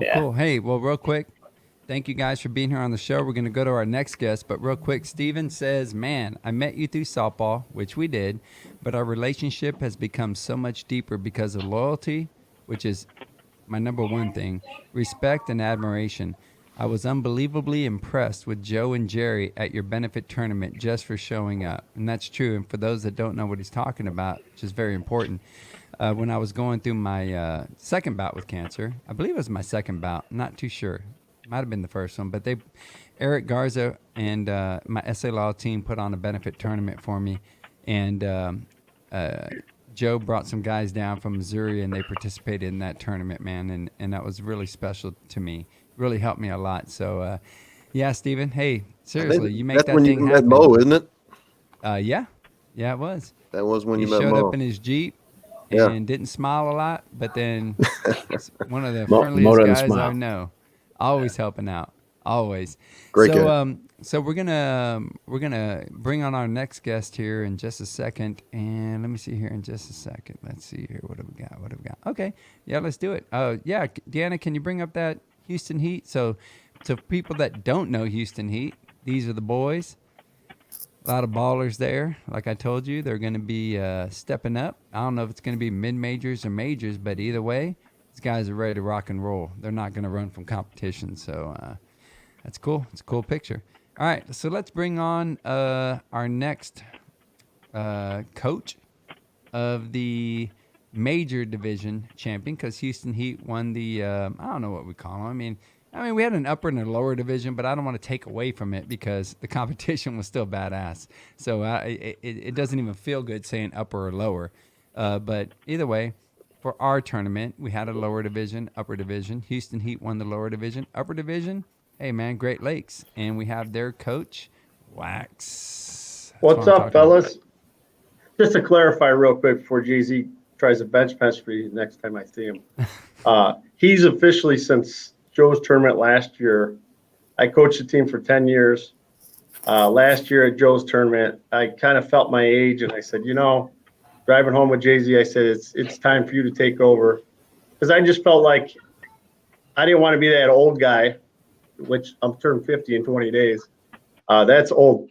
But I didn't want to be that guy playing and everybody going, why is he still playing? Shit. You know what I mean? Whatever. So I know Jay-Z, we've always run it together.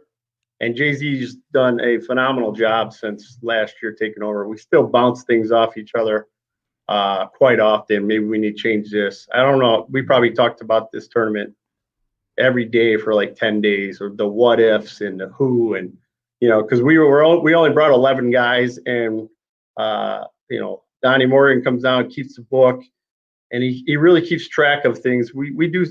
I think we do things differently than a lot of teams, because I played with a lot of teams over the year, and I listen and watch, and we keep the book, and I want to know And Biscuit wants to know, hey, where'd this guy go last time? Did he make an out going away? Because if he did, he's probably going to pull it because the guy, you know, the way guys think. We really get into that. And me and Biscuit got a system going where we run the defense. You know, I knew we were playing New York, and I played with those guys when they were on the Blues. I know them. My theory was let them blow it out, let them hit home runs, but they were hitting the ball away. We played that game mostly away. And it kind of, they're a very emotional team. And I told my team, do not get these guys fired up. Let them be quiet. Let them yell at each other. Nice. I don't care, but we are not going to say a word to them. And it was funny when we first started playing them. I know these guys really well. And they wouldn't even talk to me when they walked up to the plate. They wouldn't even look at me. And I go, oh, we're going that route. So it was great in that part of it. But, you know, this tournament was phenomenal. You know what else I want to say? One thing about the Hounds. I want to clear the air. I know for a fact when someone said something about the stupid ice balls or whatever, I'm going to tell you, I know for a fact those balls weren't in that cooler. You want to know why? Yes. I went in that cooler that game because you ran out of beer over at the keg. And we know what was in that stupid thing? Those damn Truly things. And I started yelling at Jimmy. I go, what in the hell is going on? You guys don't even have beer in this cooler. And I wanted to throw it all out. So just to clear the air, I know for a fact I had moved those balls, lifted the cooler, and I turned around and looked at them and started yelling at them. And they were playing their game. So Wax, what you're saying is that the Hounds they drink seltzers instead of beer? Yeah, they're a little light in the loafers a little bit sometimes. Well, listen, Wax, we didn't even get to your freaking banner yet, dude. Oh, I I'm sorry. No, I love it. I mean, you're trying to right help there out. with You know, us. I'll be like Jay-Z. You need to be on our next live broadcast without a doubt. But I will explain who Wax is. Wax is it says the legendary, it's a law enforcement officer, 18 and a half years, founder and coach of Great Lakes. See, we didn't say Lawmen, Jay-Z. Great Lakes 2010 to August 2019. He's a 2011 PS.com World Series champion and co-MVP, 2012 East Coast Player of the Year, and the 2016 PS.com Hall of Fame. Which is the most important in my book. Well, let me just tell you this.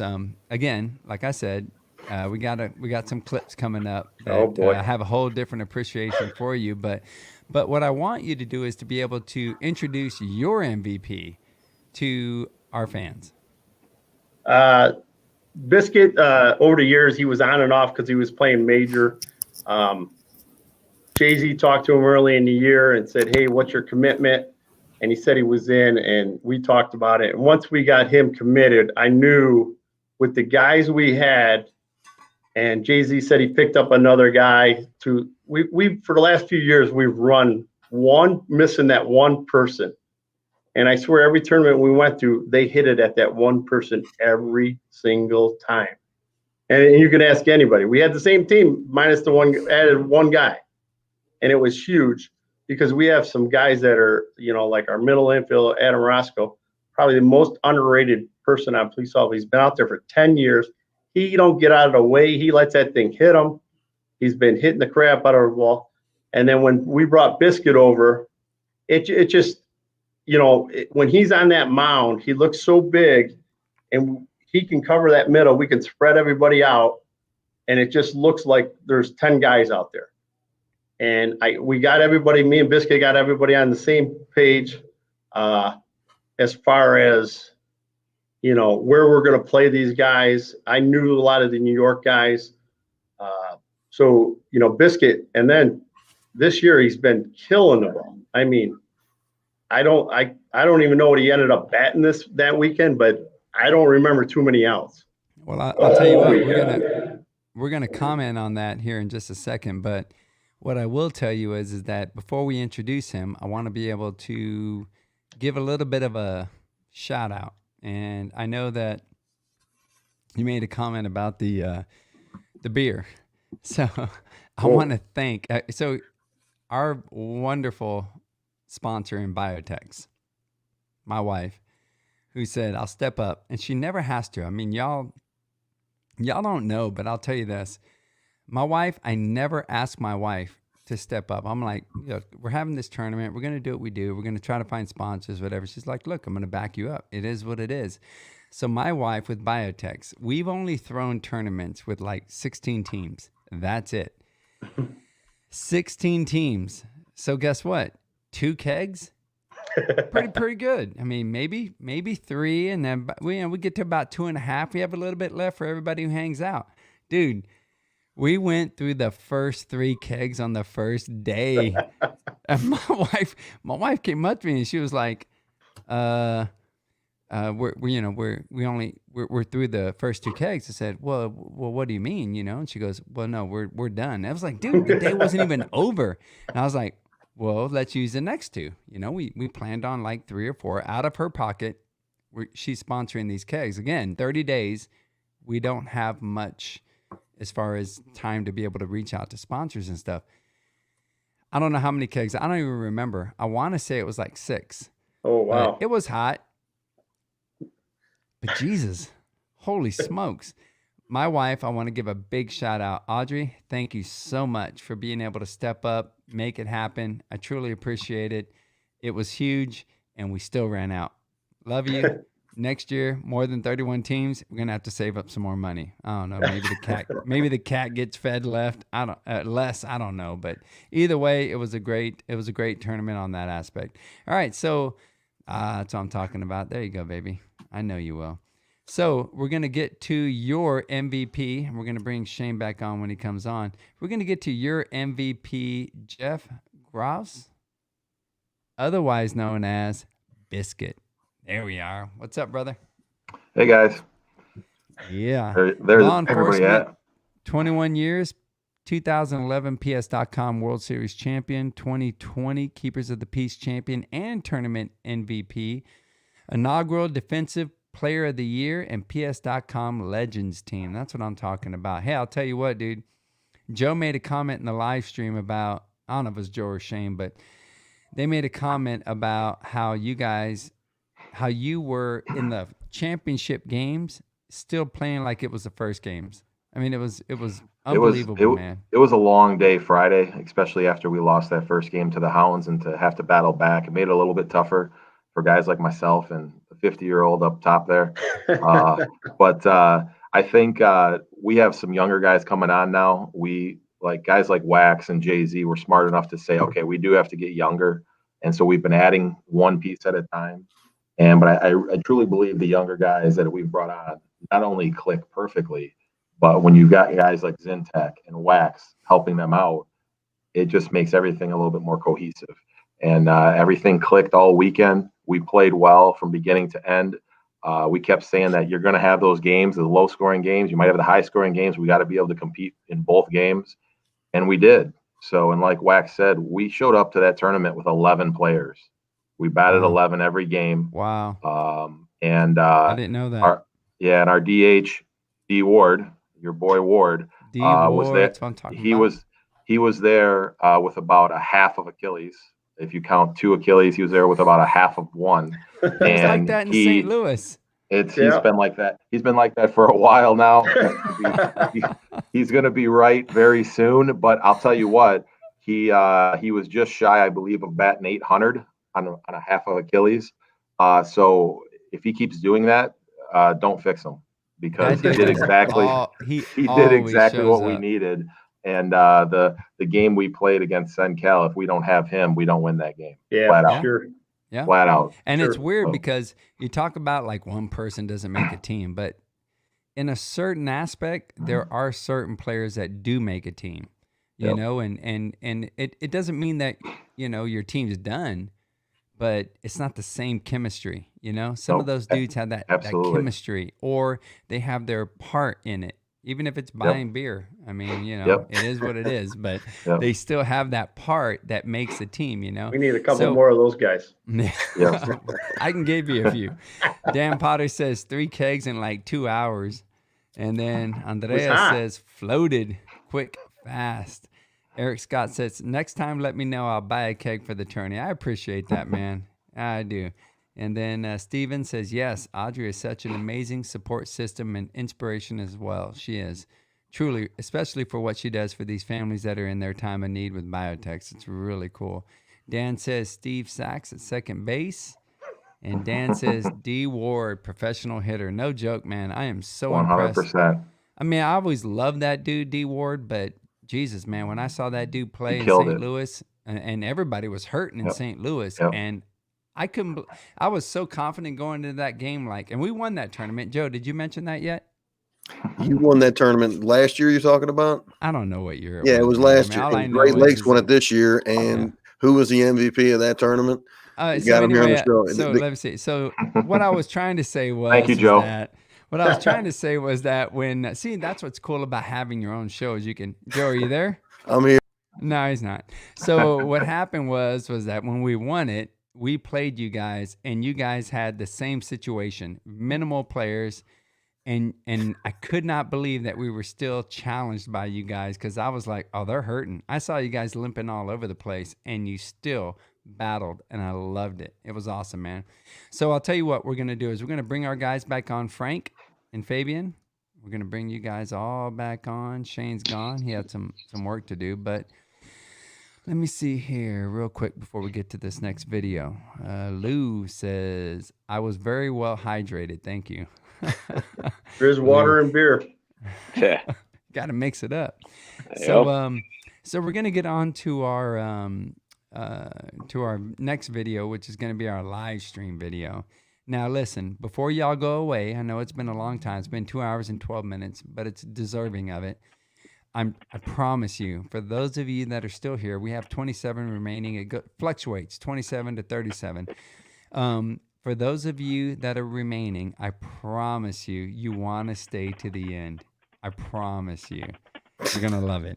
So, why are you laughing, Joe? I just have a feeling. So, just stay to the end. But what I will tell you is, Frank, that was good. Live stream, here we go. It's the first ever live stream that we've done. I have not seen this final version. Joe, just so you know, in all seriousness, this thing was done while we were doing the show. Like, my videographer, he's still here. And he gave this to me. That's why you drugged this out over 2 hours. I had to make it happen, you know. I thought they were finishing painting in that blue room. Yep, that's why I did it. So Joe's gone again. So now what we're gonna do is that's what's wonderful about this. When I'm in control, I can do that. All right, let's check out this live stream. I think y'all will appreciate it.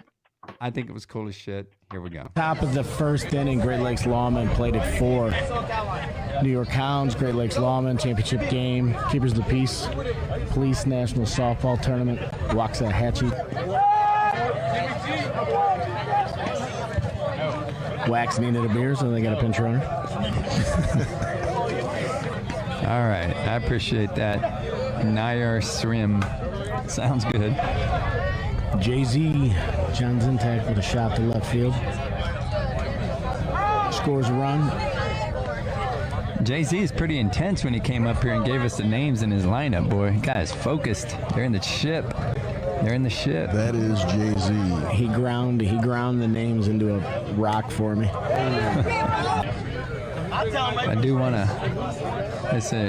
Troy says Devin Crawford, better known as Young Justice in the Mitten State. At the bat, Rich Gilly, center fielder for the New York Hounds. This is Rick Torelli's boy. Torelli was, he checked in earlier on Trini's warm-up. Yep, on our live test. Absolutely.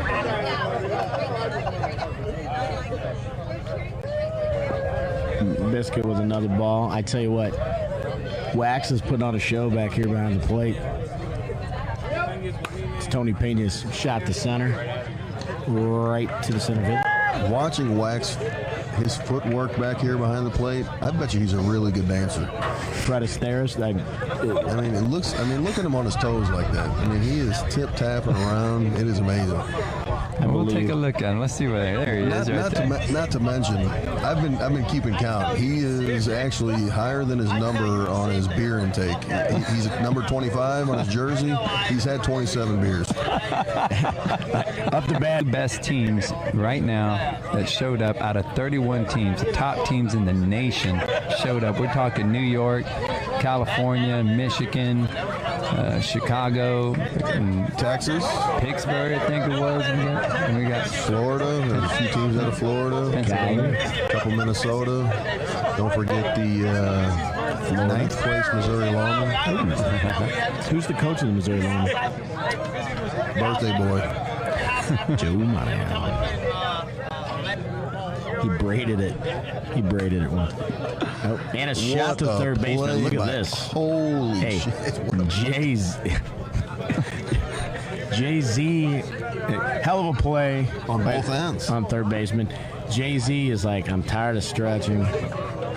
Where is Jay-Z? Hold on, I just got the text. Fat percentage down to 1.8 for Jay-Z. Can muscle even stretch that far? I don't even know. Number 9, Warren Ravelli, the EH, the Big Bappa, the 6-hole hitter for the Hounds. You want to give him a score update there? I think he's going to hit one out. His pocket is inside out. It's hanging out of his pocket. Hounds are chasing one. It's 6. Great Lakes, 5 Hounds. I just called it. His pocket is hanging out. Mr. Ravelli out of the park. Mr. Ravelli said, "Give me a bowl of ravioli at tater time." That is a 7-6 score right now. Hounds are up, top of the third with 1 out. Whatever the former coach of the year, Jimmy Walters, told them during the break, hey, is working. Shane, I know you're a shoe aficionado or whatever you want to call it. What kind of Jordans were those he's wearing? Sir.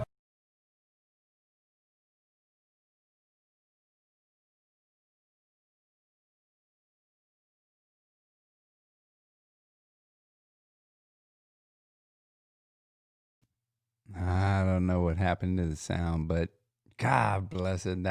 That's horrible. That was their championship winning run.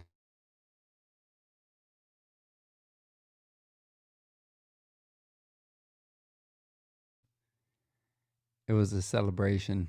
And in a minute, you're going to see something. I'll try to replace it, but you'll see something here in just a second. That is awesome. That is awesome. Thank you very much. That was a great game. Way to go, Reggie. It was a great game, and we had to cut that down because StreamYard only allows us to upload like 100 megabytes or something like that, and or 5 minutes worth. So there was a lot more that went into this than you know, and there was a lot more to be able to be shown when it came to the championship game. And we had so much to show, but we could only fit so much in this one segment. And again, 2 days worth of videos and everything that you just saw just went into all that. So in the end, we could only show a little bit of that, but I think it was really cool. If you get a chance, go back, check it out. You can watch it on our Facebook, my Facebook channel, and you'll be able to see, the whole game. But I mean, that was really cool to be able to highlight everybody. And like I said, Wax, I had no idea of all your signals, dude. You were like this, you were like that, you were like this, and I was he looked like an airplane flagger right there. Hey, I understand them all too. Every one of them.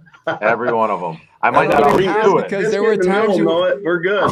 You weren't even looking. You were like looking at the outfielder, and Wax was like. That's the infield. He's telling the infield what we're doing next. All right. So we got it right here. So I'll tell you what, those New York Hounds were unbelievable. I love watching those guys play.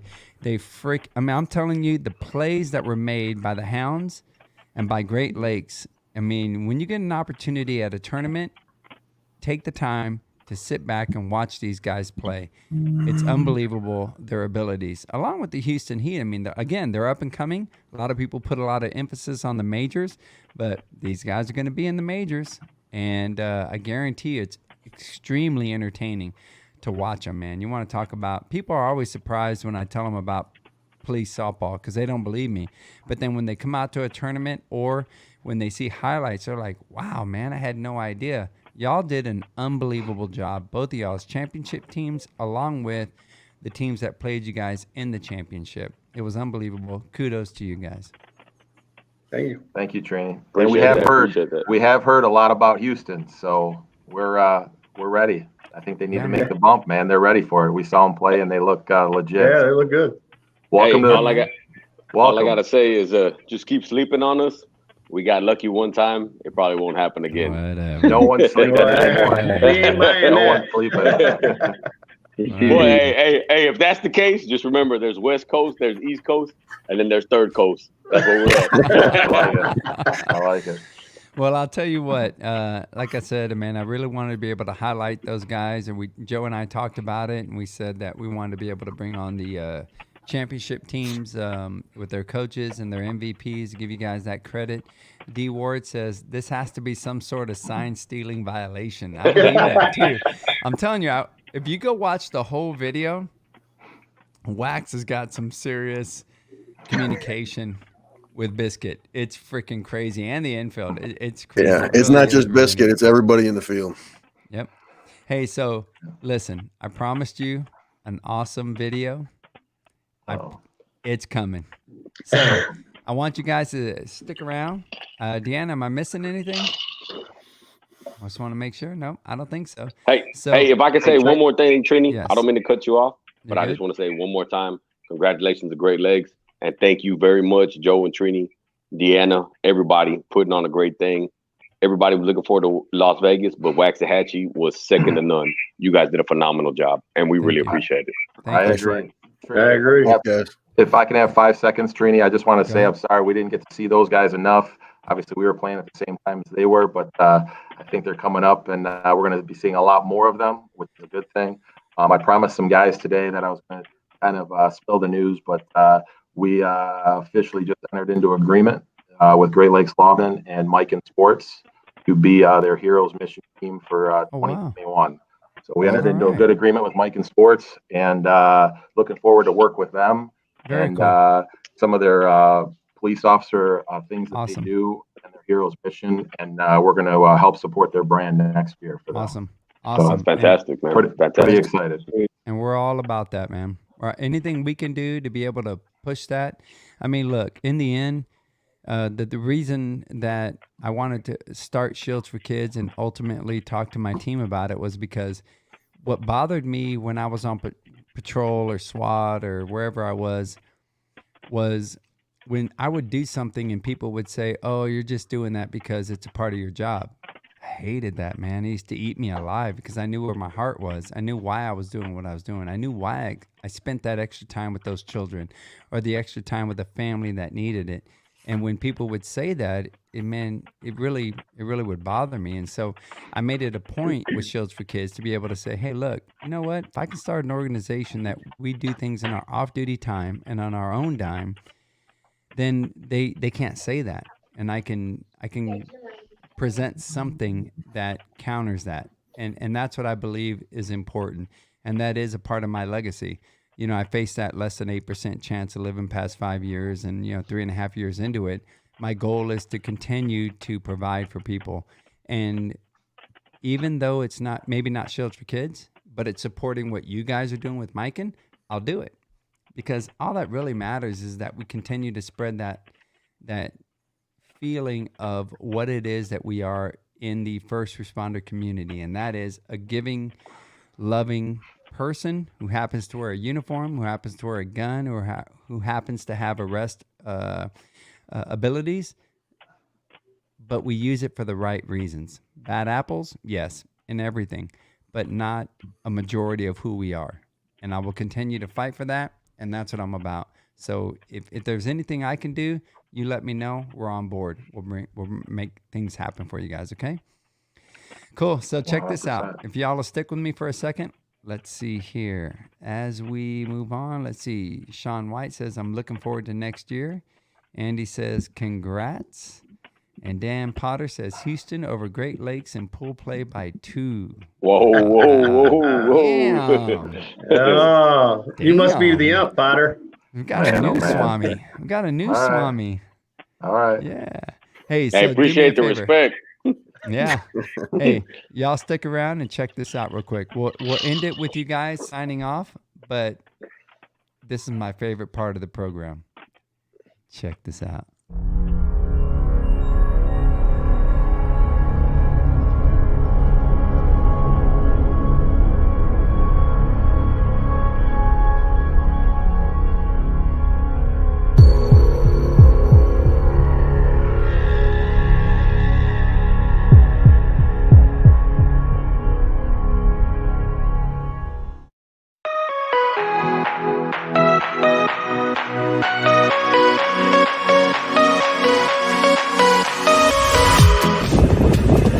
Hey, Great Lakes, great job this week on your victory at the Keepers of the Peace Softball Championship. We got me, Mo, Trini, Shane. Good job, man. Great job. We're all heading to the Rock. We're also bringing Shane's brother right here. He's the, I don't know what this is. This is the Waxahachie pumpkin. Zintax left that with us. Number 31 right there. I don't know what that means. I think that's Jay-Z's number. I don't know. But anyway, Shane's brother's coming with us. We're good to go. And we're taking care of him. We're making sure that he's good to go. He's a part of the family. Yeah.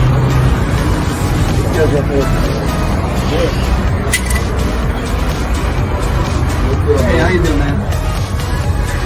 Oh, yeah. Holy smokes. Say what? Stole all your stuff? Easy now. All good.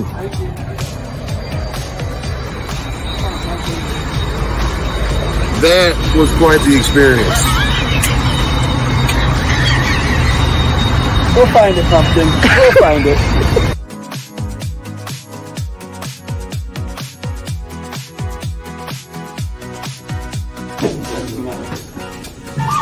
Pumpkin's getting scared. Pumpkin's getting scared. Pumpkin's getting scared. Hey, did he get a waiver filled out?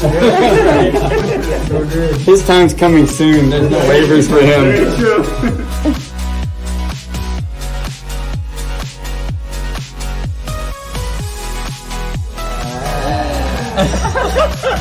It could be a t-shirt next year, dude.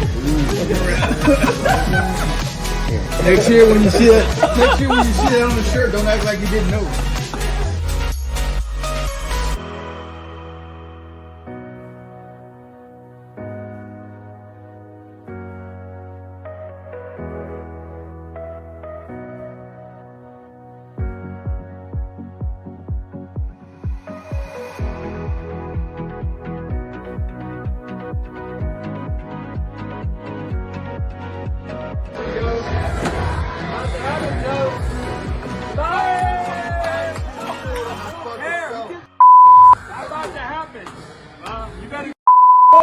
You better give a I'm sending this to all your boys.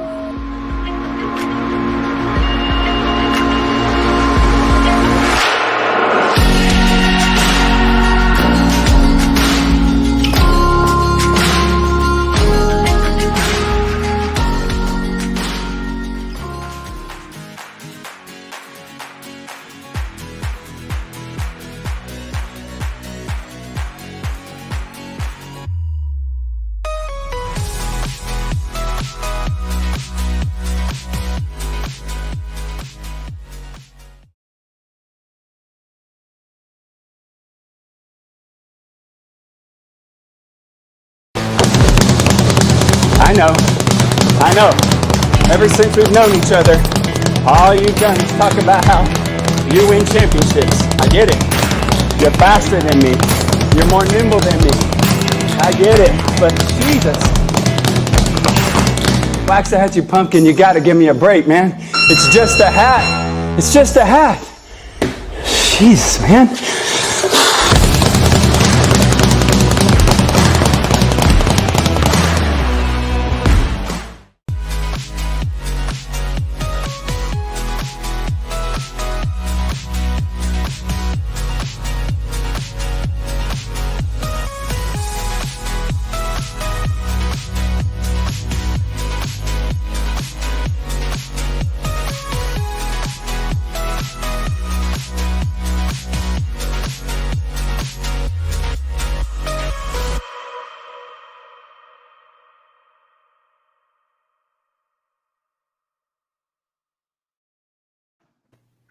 we met the Waxahachie pumpkin. Unbelievable. We met the Waxahachie pumpkin. It's going still over there.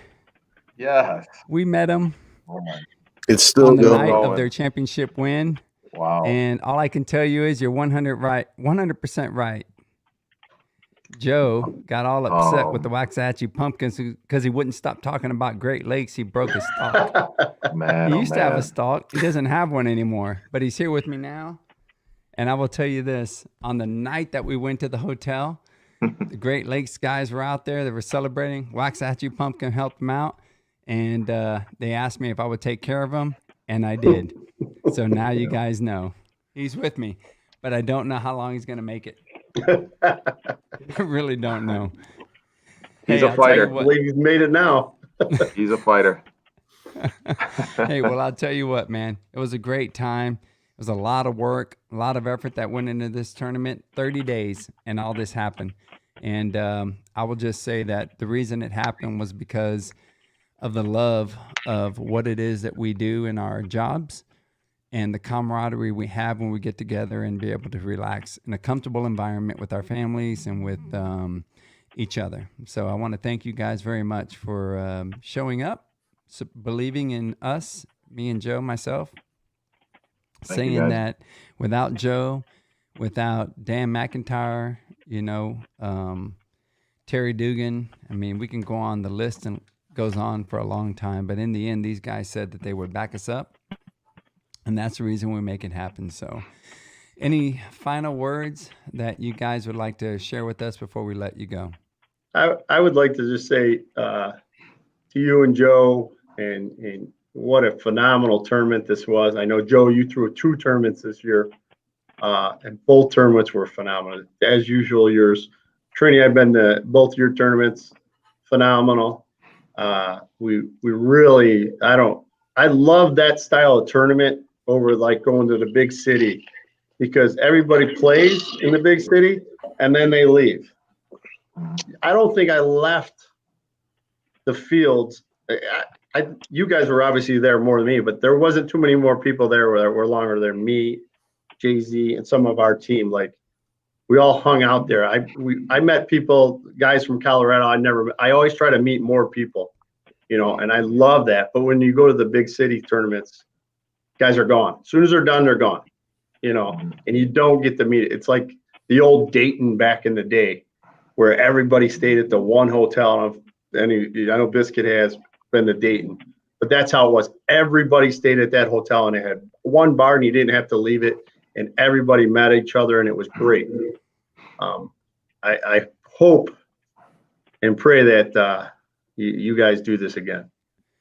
I guess. That's cool, man. I will just comment on that real quickly, in that I believe, and sometimes it's difficult because you see on the message board different comments and things of that sort. But if I could get rid of the message board, a lot of times, like I do in the morning when I wake up, I don't go directly, although I retired. I'm in a life of social media now with my new YouTube channel, and all the things that I have coming. I listen to other people, which is the purpose of the conference. I listen to Tony Robbins, Alan Watts, Les Brown. I listen to these people, and I think I have to give my mind the opportunity to be able to reset itself when I wake up, be grateful for another day, think about what I want to accomplish in that day, and to think about what's important in that day before I get onto social media.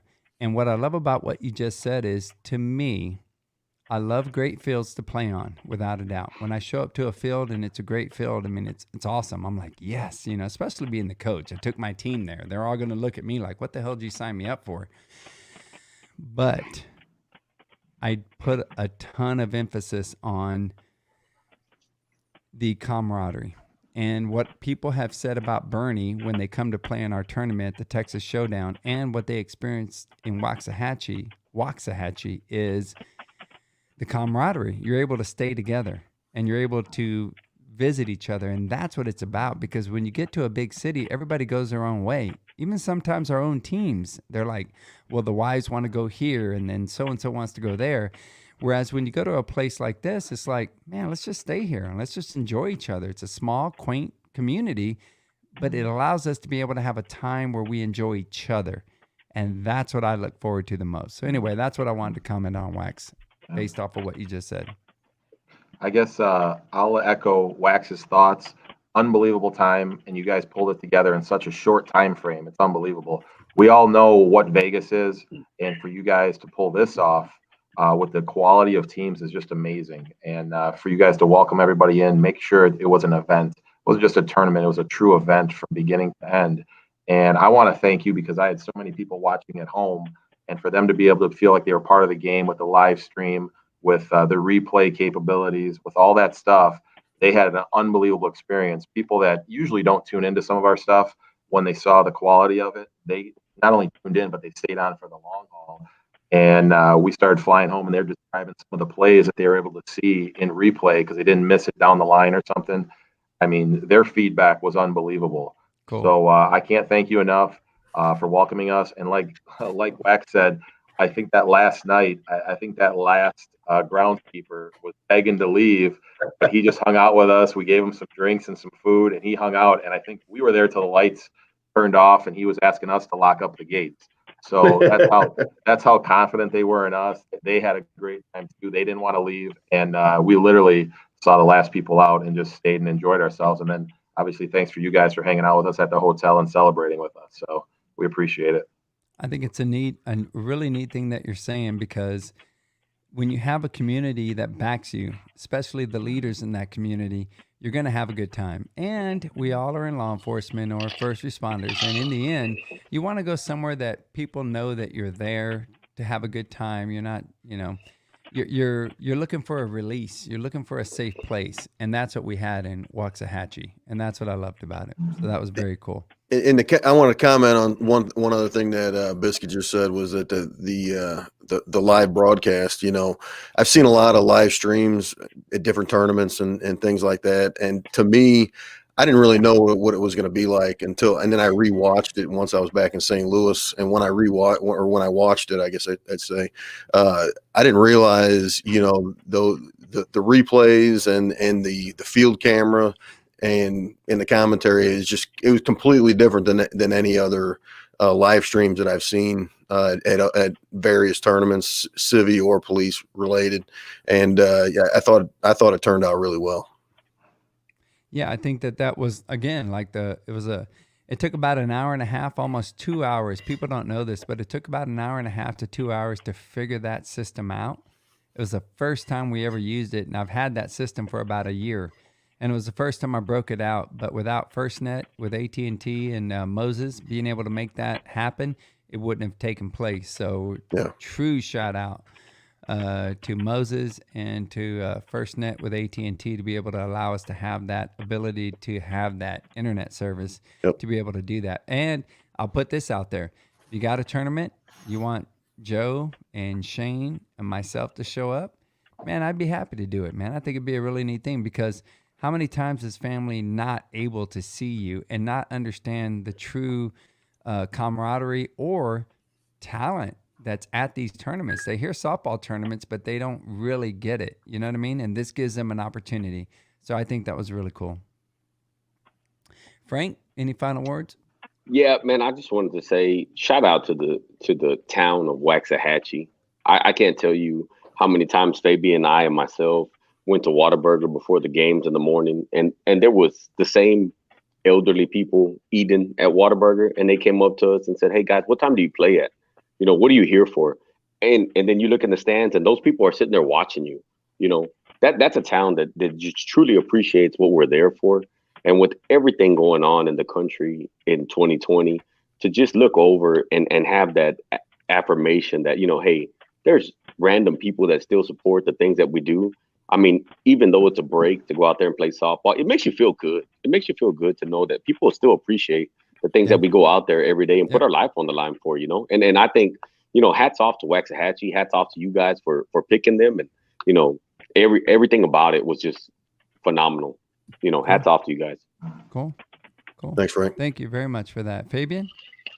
Oh, I'm not a man of many words, man, but I'm pretty excited for the next year. I really do hope that we get to play in that tournament again. And I know we'll see you guys again, and we'll be ready next year. Yeah, Good cool, deal. man. Excellent.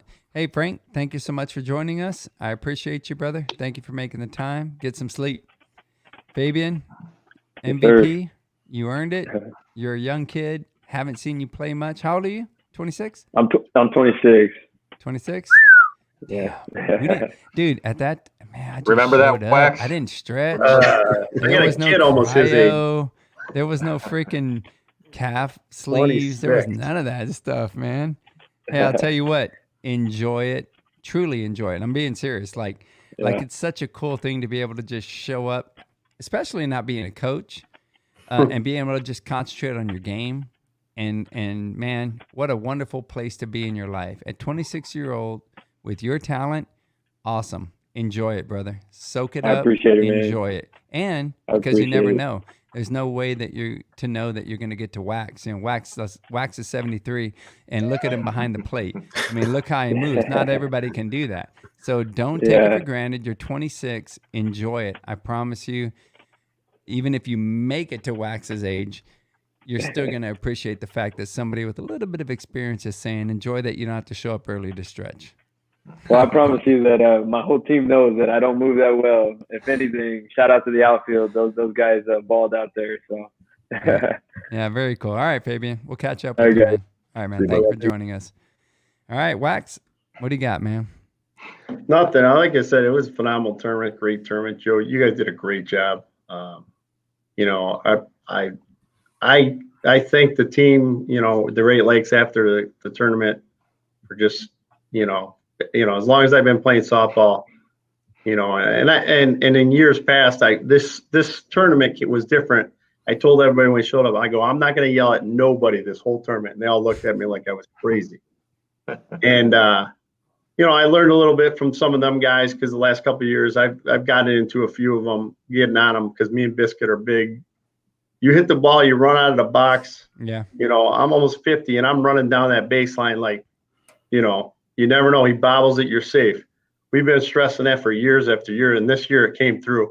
We had so many doubles, you know, get out of that double play, and guys bought into that, and our team, you know, this year just clicked. Like, I can't remember. There was one point in Sinkel's tournament that when we were playing Sinkel, where I think me and Biscuit snubbed it real quick, where one or two of our guys were like, come on, you got to do this or this, you know, like they started pushing that button. And I think he went to one guy and I went to the other. Hey, let's not remember what Biscuit said. We're going to be at that time where we're fine. And that was the only time in that tournament, I believe, that anybody was worried about. Even the game we lost to the Hounds, and we were one hit away from winning that one. And when we walked away, I didn't feel like we lost. I knew we were coming back to play them. And I felt like confident we could double dip. I was very confident we were going to double dip. And But man, I'll they're tell you a very what, good watching team. the game, calling the game, Joe, and you can comment on this, but calling the game, we were like, I mean, we talked about it even when we did a recap on Joe's tournament, and I think that's where that picture came. We were kind of like talking about it. You know, we took this picture because New York, Great Lakes, man, the camaraderie is there. Super competitive teams, but still camaraderie is there. And we talked about it in St. Louis, and Joe said, man, these guys are rolling. I mean, they're rolling. They're hard to beat. And sure enough, man, you just have had a great year, and it's wonderful as a coach, speaking from a coach's, you know, standpoint. It's awesome when you don't have to get on anyone to run it out, or when maybe emotions get a little wild and then you're able to like have those leaders step up. As a coach, you don't always want to step up. You want your leaders to step up, and you want them to be able to say it because it's different when it comes from them, you know? And so it sounds like that's the kind of year you guys had. And In a messed up showed. year, Trini, it's been a rough year, but this was the outlet for us. We were able to get together several times, but I mean, just if our young guys are listening, I mean, I think we went all year with one loss. So, I mean, that's a good year when you win every tournament you get in. But I mean, it's going to take a lot harder work because the bullseye is obviously there now. But I think with a couple more young guys and some additions to guys like Wax, we're going to be around for a while. So I'm excited about the future. I'm excited about our new partnership. And hopefully we can set a good example and represent the brand for Mike and very well. And hopefully be around you guys in Waxahachie again, please. Yeah, man. So. Shoot, without a doubt. And again, like I said, anything we can do to help, it's going to be awesome. Just don't do this. Because when you do stuff like that, when you have a night out and you rip the stalk off of a innocent pumpkin, it's not good. And you know, the Did he reason rip that it off or happened sit was on because it? of this dude. This dude right here, he was uncontrollable. At some point, that dude was just uncontrollable, and you got to be careful with who you have on your team because, I mean, there's a lot of things that come with dudes like this. I'm just saying, look, that guy equals this guy equals that guy. Same And size it's just head. wrong. It's just wrong to do. Hey, just in case you don't know, I'm a Mets fan. I had a moment with Nolan Ryan there, and it is what it is. How'd you get up on Nolan Ryan? I don't know. I don't remember. He's 10 foot tall. I think it might have been a little bit of your help. I'm not 100%. Joe's not a small guy, and he got up there. He had some help. But hey, Wax, thank you so much for joining us, man. All We right, truly thanks, appreciate you. Yeah, man. And then Jeff, congratulations, MVP. Thank you, guys. Super impressed with your play, man. Never really got an opportunity to be able to see you the way I did after this, along with Wax. Totally different appreciation, and that's what documenting these types of events will do for people, and that's what we tried to do with this police softball podcast. So thanks for appreciate that, you, guys. brother. Great All right, stuff. Man. Thank you. Man. You earned it, man. Hey, Joe. So what do you think, man? I mean, Shane had to leave. He was working, but I mean, you talk about the end of year, if you will, tournament, and I think it was a huge success. I agree. I couldn't agree more, man. It was a great time. It was a little stressful, I think, leading up to it, but once it got rolling, it was all worth it, and turned out great. Nobody, and I'll just say this because neither one of us do this, but nobody will understand what it takes to put this thing on. And I would just like to thank you personally, along with Deanna, and everybody else involved to make this happen. Terry Dugan, if Terry didn't tell me, I got your back. If Dan McIntyre didn't say it, I'll help you out. If Jonathan didn't help us with these hats, if Los and the whole elite team didn't come through and say, we're going to help you out with bats. I mean, just everybody that stepped up, biotechs. I mean, it's not the same if we don't have the support. So I would like 100%. to thank everybody for the support. Unbelievable. And great end of year, if you will. Not saying it's the end of year for everything, but still a great end of year tournament. And Joe, thank you so much for being there, because without you, none of this happens. I truly appreciate you, Joe. Thank you. Thank you, bud. All right, brother. And I'll leave you with this. It was a great time. This right here says everything. I'm telling you right now, and people don't know this, but I want you to know for those that are left, and we have quite a few still. I think we have 29, 30 still viewing. Can I just say this to you? I am facing some difficult odds. In fact, I have my scan and an MRI for some new things that are developing. And I will just tell you that this face and the one on top of Nolan Ryan will be in my room.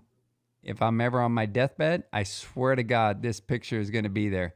I'm going to love this because it just is such a wonderful time. If you get the opportunity, check out my Facebook page. Here's a little preview.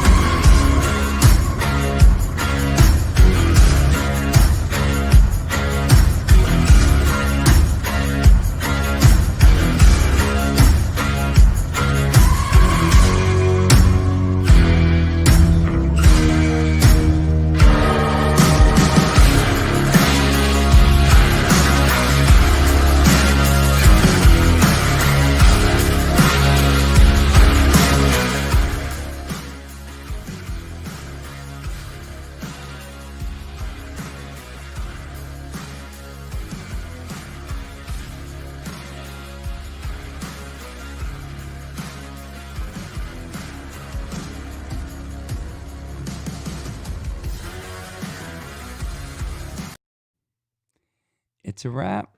We appreciate you hanging out. Joe, thank you so much for being here with me.